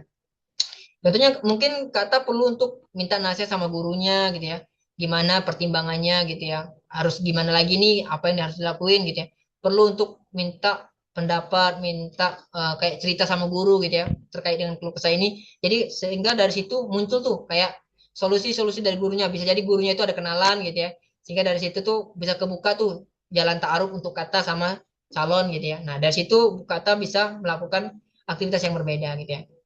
Jadi buat kata dari apa yang kamu sampaikan dari cerita ketiga ini gitu ya, ini menunjukkan bahwa kamu itu udah siap banget untuk menikah gitu ya. Tapi ingat kesiapan yang kamu eh, rasakan saat ini gitu ya. Kesiapan yang kalau aku lihat ini udah siap ya. Kesiapan yang kamu dapatkan saat ini tuh bukan berarti kamu tuh berhenti untuk belajar tadi gitu ya. Belajar memperbaiki diri, belajar tentang pernikahan, belajar untuk ilmu pernikahan sebelum masuk pernikahan itu gimana harus apa ini harus dipersiapkan itu perlu belajar juga gitu ya. Perlu untuk dipelajari senantiasa gitu ya. Sampai nanti praktiknya ketika sudah menjalani pernikahannya gitu ya. Jadi buat kata tetap lakukan apa yang kamu sudah lakukan saat ini gitu ya. Kamu udah melampirkan CV, coba untuk diskusi sama guru kamu gitu ya. Guru yang bisa ngasih solusi gitu ya. Kayak taruh itu kan butuh perantara gitu ya. Mungkin di CV itu kamu udah ngasih tuh sama guru kamu gitu ya. Mungkin kamu perlu diskusi juga nih terkait dengan permintaan orang tua tadi gitu ya, yang pengen dipercepat. Nah, di situ mungkin guru kamu tuh bisa nemuin gitu ya solusinya kayak ada eh, seseorang yang juga boleh dibutuh cepat juga gitu ya. Sehingga dari situ proses taruhnya tuh lebih cepat gitu ya. Dipercepat di situ. Jadi buat kata tetap semangat gitu ya. Mungkin pertanyaan kapan nikah itu bakal sering kamu dengar gitu ya dari orang tua kamu karena kan prosesnya udah kamu jalanin nih. Keadaannya tuh udah kamu jalanin semaksimal mungkin gitu ya. Apa yang kamu lakukan itu udah benar banget, tapi kembali lagi karena kan perihal jodoh itu kita nggak bisa memaksakan gitu ya. Perihal jodoh kita nggak bisa memaksakan. Kalau emang belum sampai, tugas kita berusaha dan berdoa gitu ya. Berikhtiar semaksimal mungkin. Dan yang dilakuin kata itu udah keren banget. Tinggal gimana caranya kata untuk eh, melakukan hal-hal yang mungkin berbeda gitu ya dari apa yang udah dijalanin. Kalau seandainya di sini nggak berhasil nih, mungkin perlu ke sini gitu ya. Jadi sesuatu yang berbeda dengan niat yang baik tadi tetap dilakuin. Kayak tadi CV-nya mungkin di sini udah nggak ini nih, nggak ketemu nih. Mungkin perlu ke tempat lain gitu ya. Cari guru yang bisa ngebantu biar dipercepat gitu ya. Nah, di samping itu, di samping usaha tadi, kata tetap melakukan aktivitas kayak memperbaiki diri, berdoa, minta sama Allah, biar dipermudahkan. Insya Allah, semua yang kata lakukan tadi, insya Allah semuanya bernilai pahala. Okay? Nilai pahala, insya Allah semua itu bakal dilihat oleh Allah sebagai kebaikan gitu ya. Karena yang dilakukan kata itu sesuatu yang baik semua gitu ya. Mau diskusi sama orang tua, melakukan kayak orang tua pengen nikah nih, melakukan aktivitas kayak melampirkan CV taruh gitu ya untuk berusaha gitu ya. Kemudian berdoa juga itu aktivitas yang dalam konotasi baik semua gitu ya. Oke, gitu ya. Semoga kata di cerita ketiga ini mendapatkan takdir yang selama ini orang tuanya inginkan gitu ya, yaitu jodohnya gitu ya. Aku sih berdoa semoga kata tuh dipercepatkan ya, dipercepat biar nanti katanya itu juga tidak sampai down gitu ya, tidak sampai patah semangat, tidak sampai ngerasa bahwa kayaknya aku udah berusaha semaksimal ini, kok Allah nggak ngasih-ngasih sih gitu ya. Jangan sampai kayak gitu gitu ya.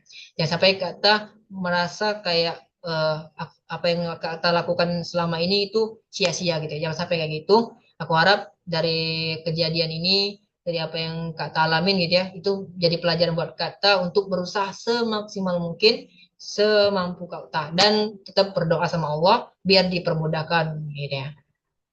Ya, gitu ya karena aku tadi nggak relate terkait dengan pertanyaan kapan nikah dari orang tua gitu ya.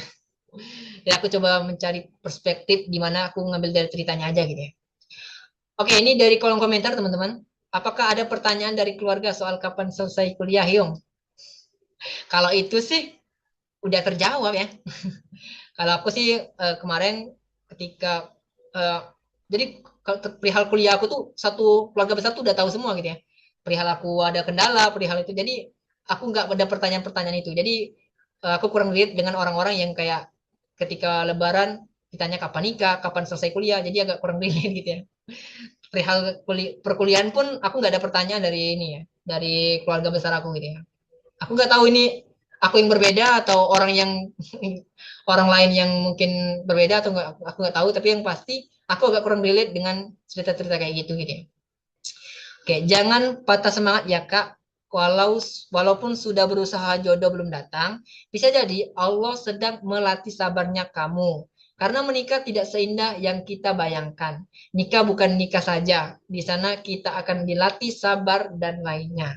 Oke, itu ya kata. Itu dari Kak Nopi tuh. Udah bilang bahwa pernikahan itu nggak usah terburu-buru gitu ya. Kalau emang belum jodohnya, belum sampai, ya tetap sabar gitu ya. Tetap lakukan hal-hal baik tadi gitu ya. Oke, gitu ya teman-teman. Wah, cerita ketiga dari Kata ya. Cerita kedua tadi tentang mimpinya gitu ya. Cerita pertama tadi tentang perasaan suka sama eh, teman masa kecilnya gitu ya. Oke, ini ya teman-teman. Oke, gimana nih? Cerita ketiga udah dari tiga cerita. Ada yang relate nggak sama kalian teman-teman? Coba-coba. Aku pengen tanya dulu deh. Dari tiga cerita tadi, ada yang relate nggak sama kalian? Ada yang kayak ngerasa, Kak, aku kena banget di cerita ketiga gitu ya. Atau cerita kedua atau cerita pertama gitu ya. Atau aku pernah ngalamin ini, boleh juga tuh. Coba. Ada nggak yang relate sama teman-teman? Atau, Kak, tiga ceritanya bosen gitu. Oke, aku kena banget di semua cerita Yung. Oke, Kak Reki ya. Nggak ada. Mbak Eva baru gabung gitu ya. Yang lain gimana? Nyimak aja. Oke. Oke, belum ada. Ya. Tapi dari beberapa cerita tadi, teman-teman, itu cerita yang berbeda-beda loh. Walaupun mungkin ceritanya ini ya, masih secara umum gitu ya, nggak ada yang kayak pribadi banget gitu ya. Ya, masih secara umum. Oke, belum ada ya. Tapi aku harap sih di sini hujan geluduk yuk. Semoga hujannya nggak sampai matiin lampu ya Mbak Hepa ya.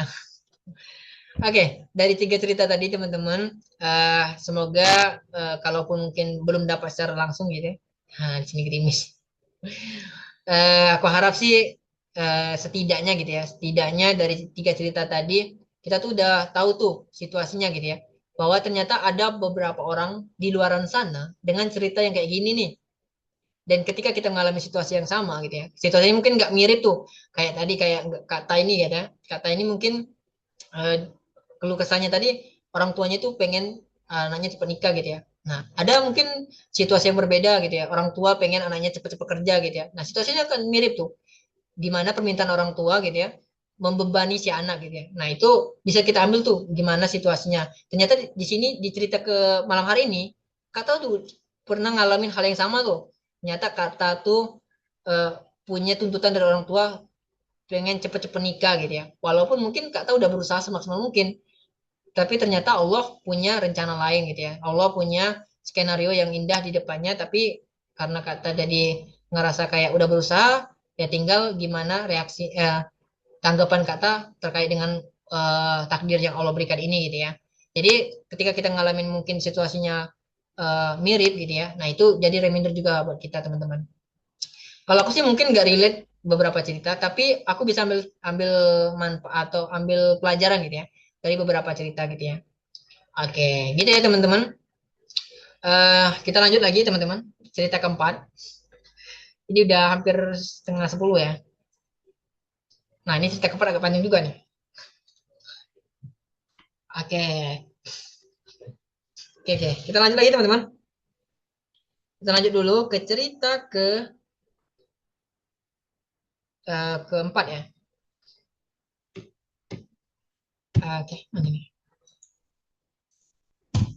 Eh, nah ini. Oke, gimana teman-teman? Udah muncul atau belum nih?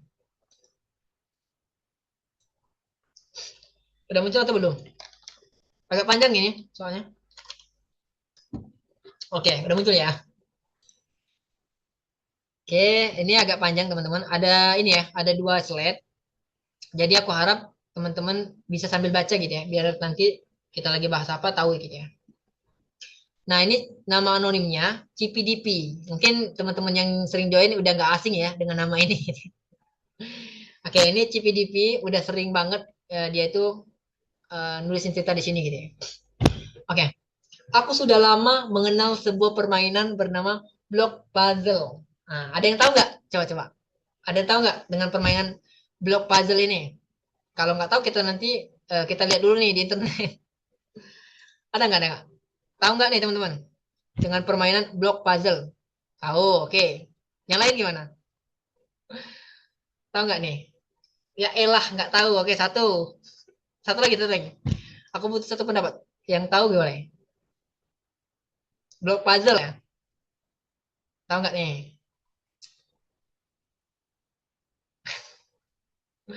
Oke, aku ini deh ya. Ay, salah. Oke, kita coba ini ya. Kita coba lihat dulu ya. Aku buka internet.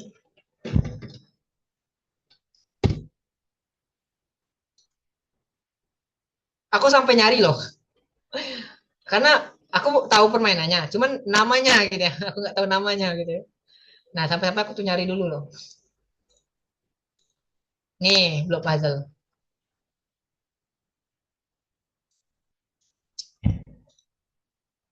My favorit itu.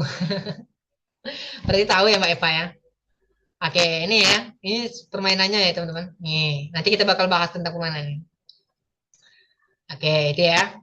Kebayang ya, nama permainannya blok puzzle. Mungkin nanti teman-teman tuh bisa jadi langsung main setelah ini ya. Karena di cerita ini tuh kita lagi ngebahas itu, tapi direlitkan sama kehidupan teman-teman. Oke, kita lanjut dulu ya. Oke, itu tadi permainannya ya teman-teman. Aku sudah lama mengenal sebuah permainan blok puzzle. Cara memainkannya cukup unik. Nah, papan permainannya berukuran 8 kali 8 dengan balok-balok berukuran kotak. Berbentuk kotak. Ada juga bentuknya papannya 9 kali 9 dan 10 kali 10. Sesuai masing-masing versi game. Oke.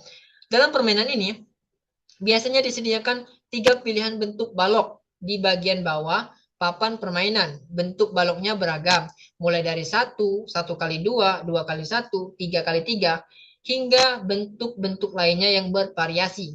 Semakin tinggi level, semakin unik juga bentuk balok yang muncul.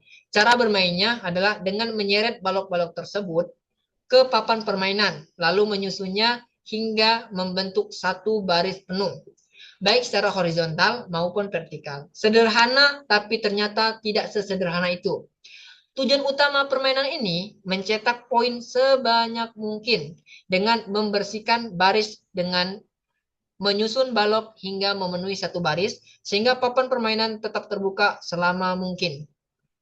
Jika berhasil menghapus 2 baris atau lebih secara bersamaan, maka akan mendapatkan poin tambahan berupa combo ekstra. Namun, permainan akan berakhir apabila papan sudah penuh dan atau tidak tersedia ruang lagi untuk menempatkan balok yang diberikan. Dalam permainan ini, kita tidak pernah tahu bentuk balok seperti apa yang akan muncul selanjutnya. Tugas kita hanyalah menempatkan dan menyusun setiap balok sebaik mungkin agar baris demi baris dapat terhapus. Poin terus bertambah dan papan permainan tetap memiliki ruang untuk langkah berikutnya. Kita mencoba memperkirakan, bahkan sengaja menyiapkan ruang untuk bentuk balok tertentu yang kita duga akan datang. Namun, seringkali yang muncul belum tentu seperti yang kita bayangkan. Misalnya, ketika kita sengaja mengosongkan ruang tertentu karena berharap akan muncul balok berbentuk 3 kali 3. Ternyata yang muncul justru balok panjang berderet 6 kotak. Sementara ruang yang telah kita siapkan sebelumnya tidak sesuai untuk bentuk tersebut. Seolah-olah permainan ini mengajarkan bahwa tidak ada yang benar-benar mengetahui bagaimana masa depan akan datang. Yang bisa kita lakukan hanyalah menyiapkan diri. Bukan untuk satu kemungkinan saja, tetapi untuk berbagai kemungkinan. Bukankah hidup juga seperti itu? Hidup itu seperti blok puzzle. Kita merencanakan banyak hal. Kita membayangkan masa depan versi terbaik menurut kita. Kita menyusun langkah, menyiapkan ruang, dan bahkan mencoba memperkirakan apa yang akan datang, lalu menyiapkan ruang khusus untuk harapan-harapan itu. Oke, lanjut lagi. Kita berpikir, kalau nanti seperti ini, aku sudah siap di sini. Namun kenyataannya, hidup tidak selalu mengikuti perkiraan kita. Hidup bukan tentang menunggu hal yang sesuai rencana, tapi tentang bagaimana kita menempatkan setiap kemungkinan yang datang dengan bijak. Bukan tentang selalu benar dalam memprediksi masa depan, tapi tentang tetap mampu bertahan meski kenyataan tidak sesuai harapan. Seperti dalam permainan itu, kita tidak dituntut untuk menebak bentuk balok, melainkan menyusun balok-balok yang ada di hadapan kita. Kita mungkin tidak pernah tahu bentuk balok seperti apa yang muncul selanjutnya, tapi kita tetap bermain, tetap mencoba, dan tetap menyusun. Karena kita tahu selama masih ada ruang, permainan belum berakhir. Begitu juga dengan hidup. Kita akan selalu dihadapkan pada berbagai kemungkinan. Namun, selama hati kita masih punya ruang untuk sabar, pikiran kita masih mau belajar menerima, dan langkah kita masih mau berusaha menyesuaikan, maka semuanya akan baik-baik saja. Mungkin hari ini tidak berjalan sesuai rencana. Mungkin yang datang tidak sesuai harapan. Namun, itu bukan berarti semuanya salah ataupun gagal. Bisa jadi kita hanya diminta untuk lebih bijak dan lebih percaya bahwa tidak semua yang kita rencanakan adalah yang terbaik. Karena pada akhirnya yang membuat kita bertahan bukan karena hidup berjalan sesuai keinginan, melainkan kita mampu mengelola setiap kemungkinan yang diberikan. Dalam permainan blok puzzle, ketika kita mampu menyusun balok dengan baik, dua hal terjadi sekaligus. Papan tetap terbuka dan poin terus bertambah. Artinya, kita tidak hanya bertahan, tapi juga bertumbuh. Begitu pula dengan hidup. Ketika kita mampu menempatkan setiap kejadian dengan bijak, baik itu yang kita sukai maupun yang tidak, hidup kita akan tetap memiliki ruang. Ruang untuk berpikir, ruang untuk memperbaiki diri, ruang untuk melangkah lagi, dan tanpa kita sadari, dari setiap proses itu kita sedang mengumpulkan poin. Bukan poin dalam bentuk angka, tapi dalam bentuk pengalaman, kedewasaan, kesabaran, dan kekuatan diri. Orang yang hatinya sempit seringkali bukan karena hidupnya terlalu sulit, tapi karena ia tidak mampu menempatkan apa yang datang dengan baik. Sedangkan orang yang hatinya lapang, boleh jadi bukan karena hidupnya mudah, melainkan karena ia pandai menerima, mengelola, dan menyesuaikan diri. Pada akhirnya, bukan siapa yang paling tepat dalam merencanakan, tapi siapa yang paling mampu menyesuaikan diri dengan kenyataan. Dalam permainan, tujuan kita adalah mengejar skor. Dalam hidup, tujuan kita adalah mengejar pahala melalui kesabaran yang membuat kita bertahan sekaligus bertumbuh. Oke, itu ya. Itu cerita keempat. CPDP. Tetris gak sih? Tetris agak mirip ya. Tetris dari putus ke atas itu. Oke. Agak panjang ya. Oke, bentar ya. Oke, ini cerita keempat teman-teman dari CPDP. Dari cerita keempat ini sederhana ya. Dia main game dan dari game itu dia coba untuk merelatekan dengan kehidupan. Iya, betul kan? Bagus kan? Karena kalau kita lagi baca cerita tadi, aku udah berapa kali baca tuh ya. Aku baca sambil aku bayangin kayak gamenya ya. Kayak aku baca tapi bayangin gamenya. Oh, kalau kita salah menempatkan ini, kita bakal gagal tuh. Nah, itu kebayang tuh. Jadi keren banget di mana Mbak CPDP ini atau Kak CPDP ini kayak dia tuh bermain game, tapi ngebayangin bahwa ternyata kehidupan itu sama kayak game ini ya. Gamenya juga game sederhana gitu ya, bukan game-game yang kayak perang gitu ya. Tapi kembali lagi gitu ya, tergantung orangnya gitu ya. Nah, kita coba ambil kayak manfaat dari apa yang Kak CPDP sampaikan gitu ya.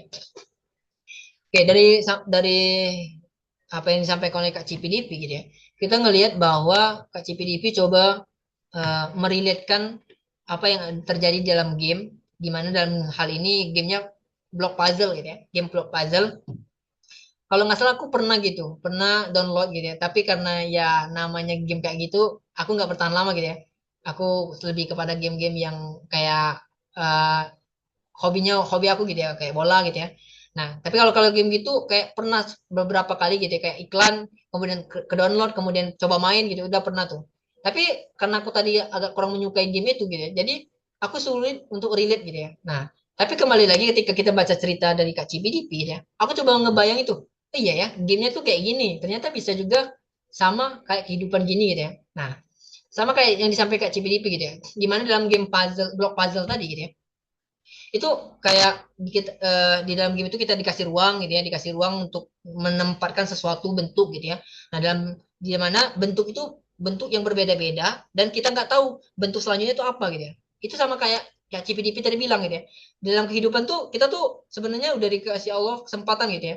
Kayak mempersiapkan diri gitu ya untuk mendapatkan apa yang terjadi di kedepannya gitu ya. Untuk mempersiapkan diri itu kayak kesabaran gitu ya. Kita nggak tahu di masa depan tuh bakal terjadi apa. Tapi kembali lagi, ketika kita merasa nggak siap, itu justru bahkan ngebuat kita tuh malah futur, itu putus asa gitu ya. Nah, sama kayak game tadi gitu ya. Ketika kita sudah tahu nih, oh di sini kita bermainnya kayak mempersiapkan ruang gitu ya, mempersiapkan ruang untuk sesuatu yang belum kita ketahui nih di depannya bakal bakal bentuk apa nih.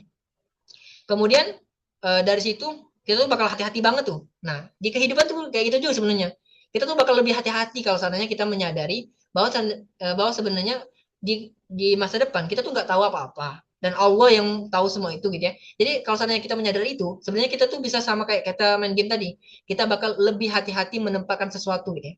Lebih hati-hati dalam bertindak, lebih hati-hati dalam melakukan sesuatu gitu ya. Sehingga dari eh, pengetahuan kita gitu ya, dari apa yang kita dapatkan ketika kita mengetahui bahwa sesuatu di depan itu kita nggak tahu gitu ya, terjadinya bakal seperti apa, kita tuh bakal melakukan aktivitas dengan hati-hati banget gitu ya.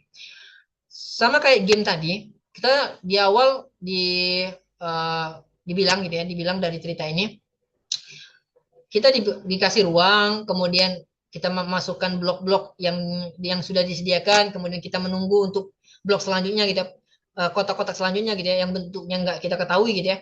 Kemudian ketika kita sudah berhasil, pun ketika kita gagal, kita tetap mencoba tuh, tetap mencoba gitu ya.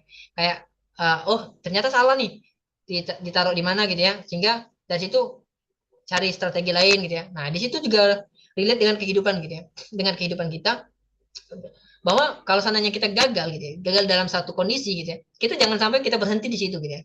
Kita jangan sampai berhenti di situ, kita justru harus mencoba lagi gitu ya, mencoba dengan sesuatu yang berbeda gitu ya. Sesuatu yang berbeda gitu ya, kayak apa yang harus kulakukan kalau seandainya ini gagal gitu ya.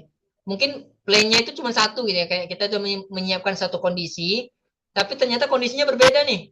Nah, kalau kondisinya berbeda, itu artinya kita harus mencoba dengan sesuatu yang berbeda juga gitu ya.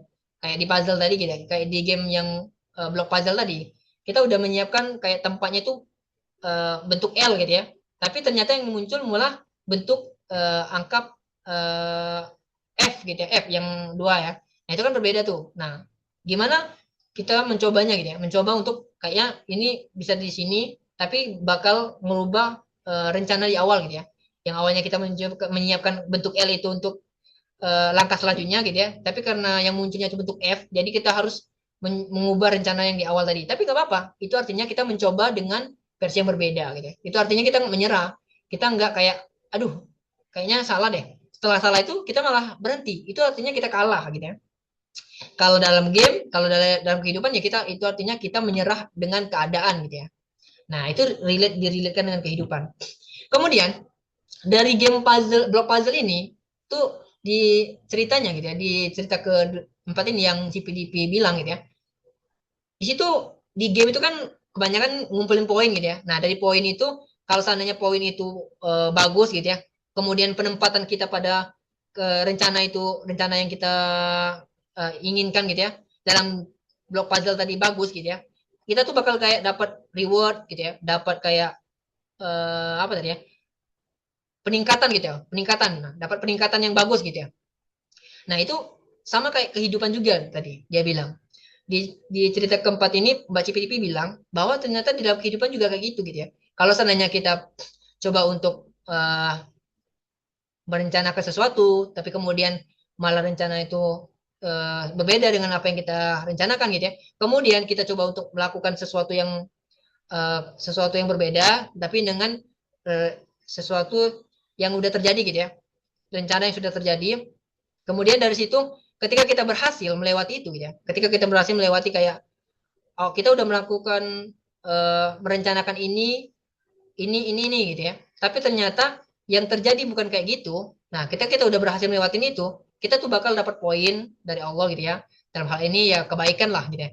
Dapat poin dari Allah, kemudian dari situ juga kita bisa dapat pelajaran. Oh ternyata kalau aku ngerencanain kayak gini belum tentu berhasil nih gitu ya. Dari situ juga kita bakal dapat pelajaran tentang bagaimana merencanakan sesuatu ke depannya gitu ya. Nah, dari situ sih blok puzzle ini gitu ya.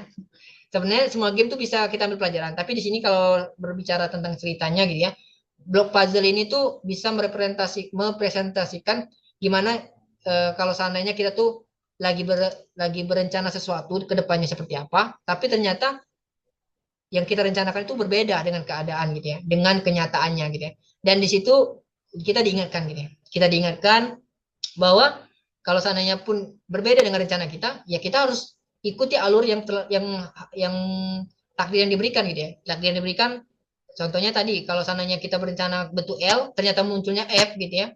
Kita harus memikirkan cara lain gitu ya. Kita harus mengikuti rencana yang Allah berikan tadi, yang udah dimuncul tadi. Bentuk F tadi perlu di mana nih gitu ya. Kita harus coba dengan cara yang lain gitu ya. Walaupun mungkin situasinya tidak sesuai dengan rencana kita. Oke, eh, itu ya, gitu kalau dari aku gitu ya. Kalau aku ngelihat dari cerita keempat CPDP. Papan permainan ibarat ruang hati, sedangkan balok-balok diibaratkan kejadian-kejadian yang nantinya akan muncul. Ya, itu dari sana ya. Ya, bagus, bagus. Oke, itu ya teman-teman. Jadi dari cerita keempat ini, dari CPDP, itu kita belajar banget tentang jangan sampai ketika kita sudah merencanakan sesuatu, ternyata kejadiannya tidak sesuai rencana kita gitu ya. Jangan sampai kejadian itu ngebuat kita tuh malah stop, malah stuck di situ, berhenti gitu ya, berhenti mencoba, ngerasa putus asa gitu ya. Dan itu malah ngebuat kita nggak produktif gitu ya. Dan justru di situ kita nggak kalah gitu ya, kita gagal gitu ya. Seharusnya dari kejadian yang nggak sesuai dengan rencana kita, harusnya kita tuh cari opsi lain, cari ide lain yang bisa ngebuat walaupun mungkin keadaannya tidak sesuai rencana, kita harus bisa menjadikan kejadian ini yang tidak sesuai rencana kita itu menjadi baik untuk kita gitu ya. Baik untuk kita dalam hal ya kita cari cara lain, kita cari uh, uh, situasi yang berbeda gitu ya. Sehingga keadaan yang awalnya tidak sesuai rencana itu bisa kita jadikan sebagai kebaikan yang dimana kita bisa terima dengan lapang dada gitu ya. Dan dari situ juga dari permainan ini yang blok puzzle tadi gitu ya, itu kita dapat pahala kalau sananya kita bisa melewati itu semua gitu ya. Melewati itu gitu ya, kemudian kita bisa mendapat peningkatan, dapat juga bertumbuh gitu ya, dapat reward kalau di game, kalau dari kehidupan kita bakal dapat pelajaran yang berharga dari kejadian itu gitu ya. Oke, itu teman-teman dari CPDP. Kalau seandainya teman-teman punya pendapat lain, boleh disampaikan ya. Aku nggak tahu CPDP ini yang mana orangnya gitu ya. Tapi ini salah satu member yang sering banget nulisin ceritanya, keren banget gitu ya.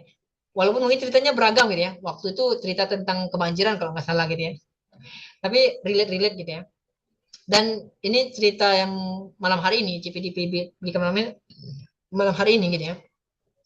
Itu bisa jadi banget jadi kayak reminder juga ya buat kita yang kayak main game aja gitu ya tanpa memikirkan ternyata dalam game itu banyak sekali pelajaran. Mungkin kita sering tuh main game yang asal-asal aja gitu ya, main game sekedar main game tanpa melihat uh, ini hasilnya apa gitu ya. Nah dari sini mungkin kita coba untuk mempertimbangkan tuh ini game ini bakal selesainya gimana gitu ya. Tapi buat teman-teman mungkin teman-teman relate gitu ya dengan pernyataan. Aku sering sekali dengan pernyataan kayak di podcast gitu ya. Kalau sebenarnya game-game zaman sekarang itu kebanyakan dibuat untuk hiburan aja sebenarnya. Nah, berbeda dengan zaman dulu gitu ya. Kalau zaman dulu tuh inget banget aku gitu ya. Kalau di zaman aku gitu ya, nggak tahu di zaman teman-teman masih main nggak gitu ya. Ada game-game yang dimana di dalam game itu kita tuh diminta untuk menyelesaikan sampai ke tahap level paling atas gitu ya. Dimana level paling atas itu kita tuh kebanyakan ada raja terakhir gitu. Jadi kalau seandainya kita udah selesai di raja terakhir itu, game itu tamat. Itu artinya kita udah berhasil menamatkan game itu gitu ya. Tapi game zaman sekarang tuh sedikit sekali gitu ya. Sedikit sekali yang ada kayak gitu gitu ya. Kayak ada raja terakhirnya gitu ya. Level-levelnya itu sampai ke mentok di raja terakhir, kemudian kita menangkan raja terakhir itu selesai. Enggak sampai kayak gitu kalau zaman sekarang dibuatnya. Jadi kalau seandainya kita mencoba untuk main game atau mungkin teman-teman yang sering main game juga gitu ya, mungkin pada tahu gitu ya, dengan game-game yang zaman sekarang itu dibuat untuk hiburan aja. Jadi aku harap sih kalau seandainya teman-teman mencoba mencari kereliatan di game untuk kehidupan gitu ya. Contohnya kayak blok puzzle ini gitu ya. Jadi agak sulit untuk menemukan itu, tapi kembali lagi tergantung kita ya. Tergantung kita memainkannya gitu ya. Kalau seandainya kita bisa untuk mengontrolnya gitu ya, itu nggak apa-apa banget. Karena itu sesuatu yang bukan keharaman gitu ya. Kalau keharaman sih itu bahaya banget gitu ya. Jadi itu bukan suatu keharaman, tapi kembali lagi kita harus hati-hati banget teman-teman perihal game ini di zaman sekarang gitu ya. Karena game itu didesain saat ini tuh untuk hiburan, di mana dari hiburan itu membuat kita tuh lupa gitu ya. Membuat kita tuh lupa dengan lingkungan, lupa dengan situasi gitu ya, lupa dengan keadaan, sehingga dari situ itu bakal melupain tentang kehidupan gitu ya. Yang dimana kalau di cerita yang keempat ini kan Baci PDP justru mendapatkan arti kehidupan itu di sini, di game gitu ya. Tapi kembali lagi kita dapat insight baru di malam hari ini dari Mbak CPDP. Terima kasih buat Mbak CPDP gitu ya. Semoga selanjutnya gitu ya. Next teman-teman yang join gitu ya, ataupun teman-teman yang lihat rekamannya, teman-teman. Oke, gitu ya. Oke. Bukan hiburan aja, Hyung. Game sekarang relasi sama judul. Nah, itu hati-hati dari itu. Harus hati-hati ya. Betul, betul. Emang kebanyakan kayak gitu ya. Iklan-iklannya ya, Mbak Eva, maksudnya gitu. Itu perlu hati-hati juga. Oke, teman-teman, kita masuk ke cerita ke-5. Oke, agak panjang ya malam hari ini karena 5 cerita tadi yang kita bahas. Dan kita lanjut lagi teman-teman. Kita lanjut dulu ke cerita kelima. Cerita kelima ini nggak terlalu panjang, jadi kita agak santai gitu ya. Oke, ini cerita keempat tadi yang CPDP gitu ya. Nah, ini nih. Coba-coba. Ada yang muncul nggak sama teman-teman? Sudah muncul atau belum nih?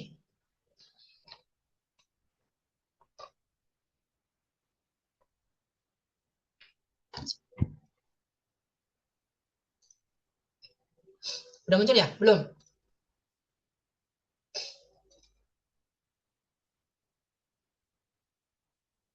Oke, udah muncul ya. Oke, kalau udah muncul, oke, ini baru banget ya nulisnya. Langsung aku masukin tadi. Cantik dari seberang pulau. Cantik dari seberang pulau. Cewek ya pastinya. Oke, ini nama anonimnya ya. Cantik dari seberang pulau. Belakangan ini rasanya lagi kacau banget. Nggak semangat ngejalanin apa-apa. Hambar banget hari-hari dilalui. Ada target juga kayak nggak ambis untuk capai itu. Ya Allah, semoga ini jadi salah satu penggugur dosa saya. Gimana caranya biar semangat lagi ya? Ini mirip sama yang tadi ya, si Aksara ya, karena dia eh, kebingungan dengan aktivitas yang keterusan sehingga dari situ dia ngerasa nggak semangat lagi gitu ya. Oke, di sini si penulis si cantik apa nih? Cantik dari seberang pulau. Belakangan ini rasanya kacau banget. Nah, oke, di sini baca kacau banget dia bilang nggak semangat lagi ngejalanin apa-apa. Oke, dari cerita kelima teman-teman, si penulis bilang dia tuh saat ini lagi ngerasa berat banget ngejalani aktivitas gitu ya, lagi nggak semangat ngejalanin sesuatu gitu ya. Kemudian dari situ dia tuh eh, males juga, males juga, tidak semangat melakukan sesuatu gitu ya. Dan dari situ dia tuh ngerasa kayak semangat hidupnya tuh kayak hilang gitu ya. Dan di ceritanya juga dia bilang bahwa dia berdoa semoga apa yang dia rasakan saat ini itu sebagai penggugur dosanya gitu ya. Agak ini ya, aku tuh sebenarnya pengen cerita itu dibaca pekan depan tapi ketika si penulis itu bilang "Ah, keadaannya saat ini sebagai penggugur dosa itu menjadi kayaknya itu relate sama aku deh. Oke. Kenapa? Karena keadaan kayak kita lagi down, lagi capek gitu ya. Itu keadaan-keadaan kayak itu membuat kita tuh kayak lemah banget gitu ya. Kayak kita lemah banget, kayak kita nggak malas beraktivitas tuh lemah banget gitu ya. Nah, keadaan-keadaan kayak gitu sebenarnya bisa juga disebut sebagai penggugur dosa gitu. Kalau seandainya keadaan kayak gitu tuh kita kembalikan lagi kepada Allah. Ya.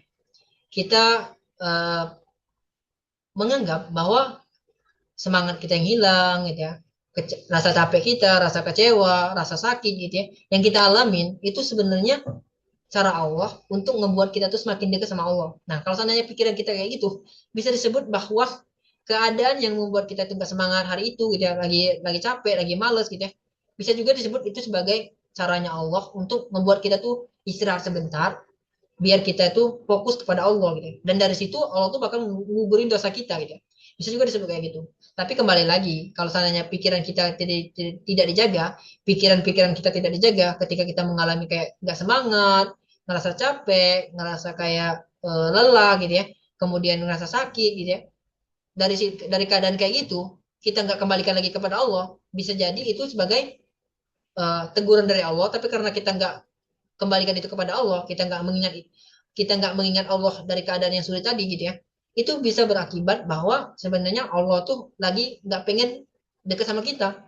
Itu justru berarti Allah tuh nggak pengen dekat sama kita, itu berarti kita tuh lagi dijauhin Allah gitu ya. Itu jadi reminder juga, jadi reminder buat buat kita semua teman-teman, buat kita yang dengarkan, buat si penulis juga gitu ya, buat teman-teman yang ngebaca juga ceritanya tadi, bahwa sebenarnya keadaan ketika kita lagi nggak semangat, ketika kita lagi lemah, ketika kita lagi futur gitu ya, ketika kita lagi kayak lelah, capek gitu ya, itu sebenarnya punya dua opsi gitu ya. Keadaan itu bisa jadi karena Allah tuh lagi pengen kita tuh dekat sama Dia, atau mungkin keadaannya justru karena Allah nggak pengen kita dekat sama Dia gitu ya.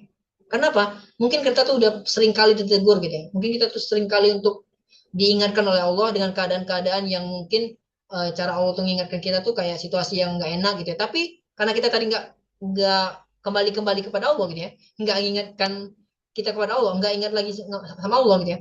Bahwa sebenarnya situasi yang lagi buat kita lemah, buat kita lagi nggak semangat, buat kita lagi capek gitu ya, itu tuh cara Allah buat ngingetin kita. Tapi karena kita tadi nggak kembalikan itu semua kepada Allah, itu ngebuat Allah tuh ya sudah kan, karena kamu nggak mau kembalikan sama aku gitu ya, Allah tuh biarkan aja kita seperti itu, kita tetap nggak semangat, kita tetap capek gitu ya. Tapi kembali lagi teman-teman, itu bukan karena Allah jahat gitu ya, itu bukan karena Allah itu marah sama kita, tapi karena situasinya kita yang nggak mau deket sama Allah, jadi situasinya kayak itu. Jadi kalau seandainya kita mengalami kayak capek, keadaan nggak semangat hidup, keadaan kayak lelah gitu ya, pengen istirahat gitu ya, kembalikan lagi bahwa semua rasa capek, rasa lelah, rasa nggak semangat, lagi nggak mood gitu ya, itu semua itu karena Allah gitu ya. Nah, kembalikan ke situ, kembalikan bahwa semua itu dari Allah, dan dari situ juga kita tuh bakal nemuin semangat lagi gitu ya. Oh, Allah nih lagi pengen aku berkeluh kesah sama Dia gitu ya, ceritain semuanya sama Allah, ceritain semuanya sama Allah, dan dari situ kita tuh bakal tahu bahwa sebenarnya keadaan seperti itu gitu ya, keadaan yang ngebuat kita tadi gak semangat hidup, keadaan yang ngebuat kita lagi capek gitu ya, ngerasa lelah, itu tuh ternyata Allah tuh pengen deket sama kita.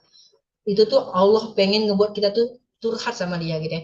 Dan dari situ sebenarnya kembali lagi kepada kitanya gitu ya, kembali lagi kepada kitanya gimana menyikapi itu semua.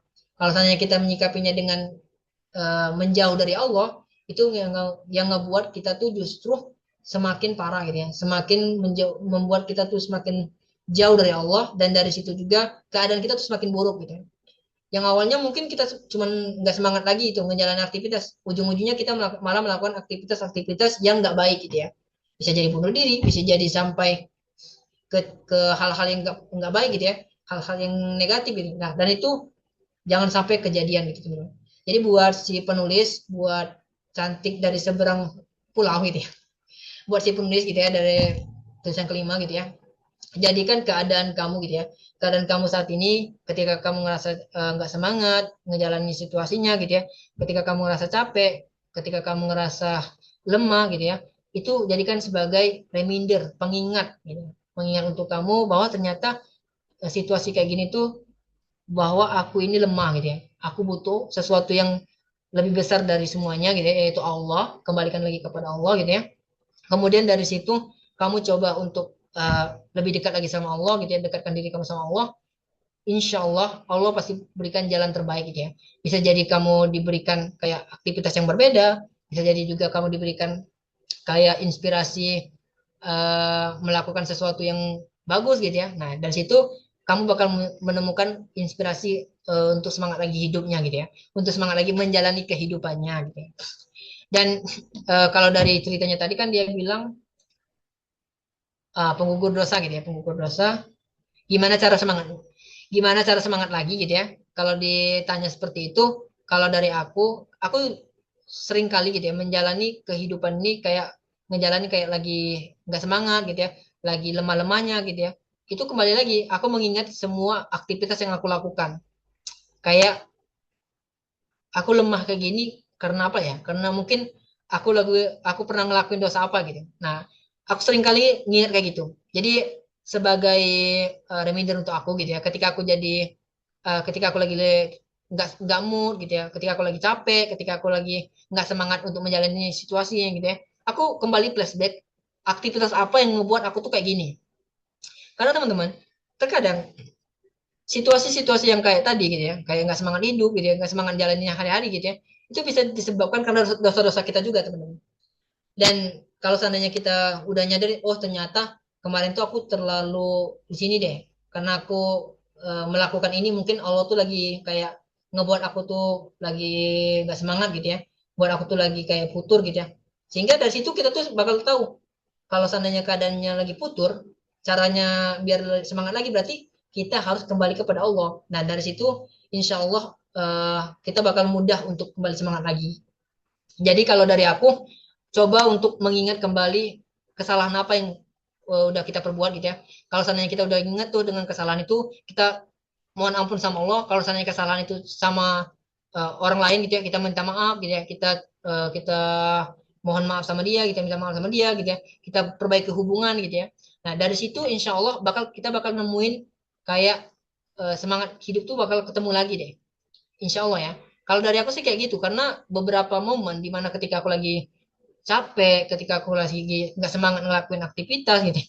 Padahal sebenarnya hari itu kosong banget gitu, tapi karena aku tadi nggak semangat gitu, aku tuh coba memikirkan, ini dosa apa nih udah aku lakuin sehingga aku dibuat kayak gini gitu ya. Dan dari situ ketika aku udah nemu ini, wah ternyata aku salah di sini gitu ya. Aku coba mohon maaf sama Allah, mohon maaf sama orang yang mungkin aku ada salah gitu ya. Kemudian dari situ minta tolong berdoa sama Allah gitu ya untuk dipermudahkan segala urusannya, dan dari situ juga Allah tuh bakal buka kayak semangat-semangat semangat-semangat hidup untuk menjalani kehidupan tadi itu bakal kebuka dengan sendirinya gitu ya. Oke, itu dari cerita kelima gitu ya, buat si cantik dari pulau seberang pulau gitu ya. Aku harap sih setelah ini gitu ya, keadaan kamu yang gak semangat lagi menjalani kehidupan ini dijadikan sebagai pengingat bahwa ternyata Allah tuh lagi pengen ngelihat kamu tuh deket sama dia gitu ya, deket sama Allah, sehingga dari keadaan kamu yang gak semangat ini, kamu tuh lebih mudah untuk cerita sama Allah, curhat sama Allah, lebih mudah untuk berdoa sama Allah bahwa sebenarnya kamu tuh lagi butuh semangat hidup gitu ya. Oke, teman-teman, itu cerita kelima, dan cerita kelima adalah penutup dari dibacain pada malam hari ini. Oke, aku harap semoga dari lima cerita ini kita semua bisa mengambil manfaat gitu ya. Kita bisa mengambil ibroh dari lima cerita yang udah kita bahas, dan semoga next time kita bakal ngebahas cerita-cerita yang lebih bervariasi lagi gitu ya. Dan aku ucapkan terima kasih buat teman-teman yang udah nulisin ceritanya. Tapi mohon maaf untuk yang belum terbaca gitu ya. Ada beberapa cerita yang belum terbaca pada malam hari ini. Aku harap insya Allah pekan depan bakal dibacain langsung. Aku harap teman-teman tetap join gitu ya di segmen dibacain pekan depan. Oke teman-teman, untuk dibacain pada malam hari ini udah 5 cerita, dan ini udah sampai jam 10 malam, hampir jam 10 malam gitu ya. Jadi aku harap ini juga nggak sampai kemalaman, dan aku ucapkan terima kasih buat teman-teman yang udah join. Mohon maaf mungkin dari apa yang aku tanggepin gitu ya, dari apa yang aku sampaikan itu sangat-sangat belum relate sama teman-teman, ataupun mungkin sulit untuk dipahami gitu ya. Dan semoga ini jadi pelajaran juga buat aku dan buat teman-teman juga yang mendengarkan cerita-ceritanya. Dari cerita-cerita itu kita bisa mendapatkan manfaat masing-masing gitu ya.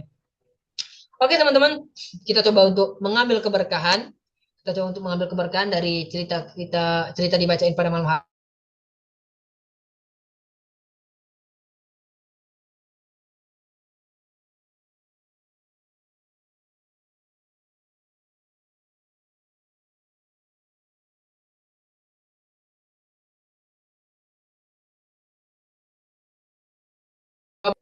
Bye bye.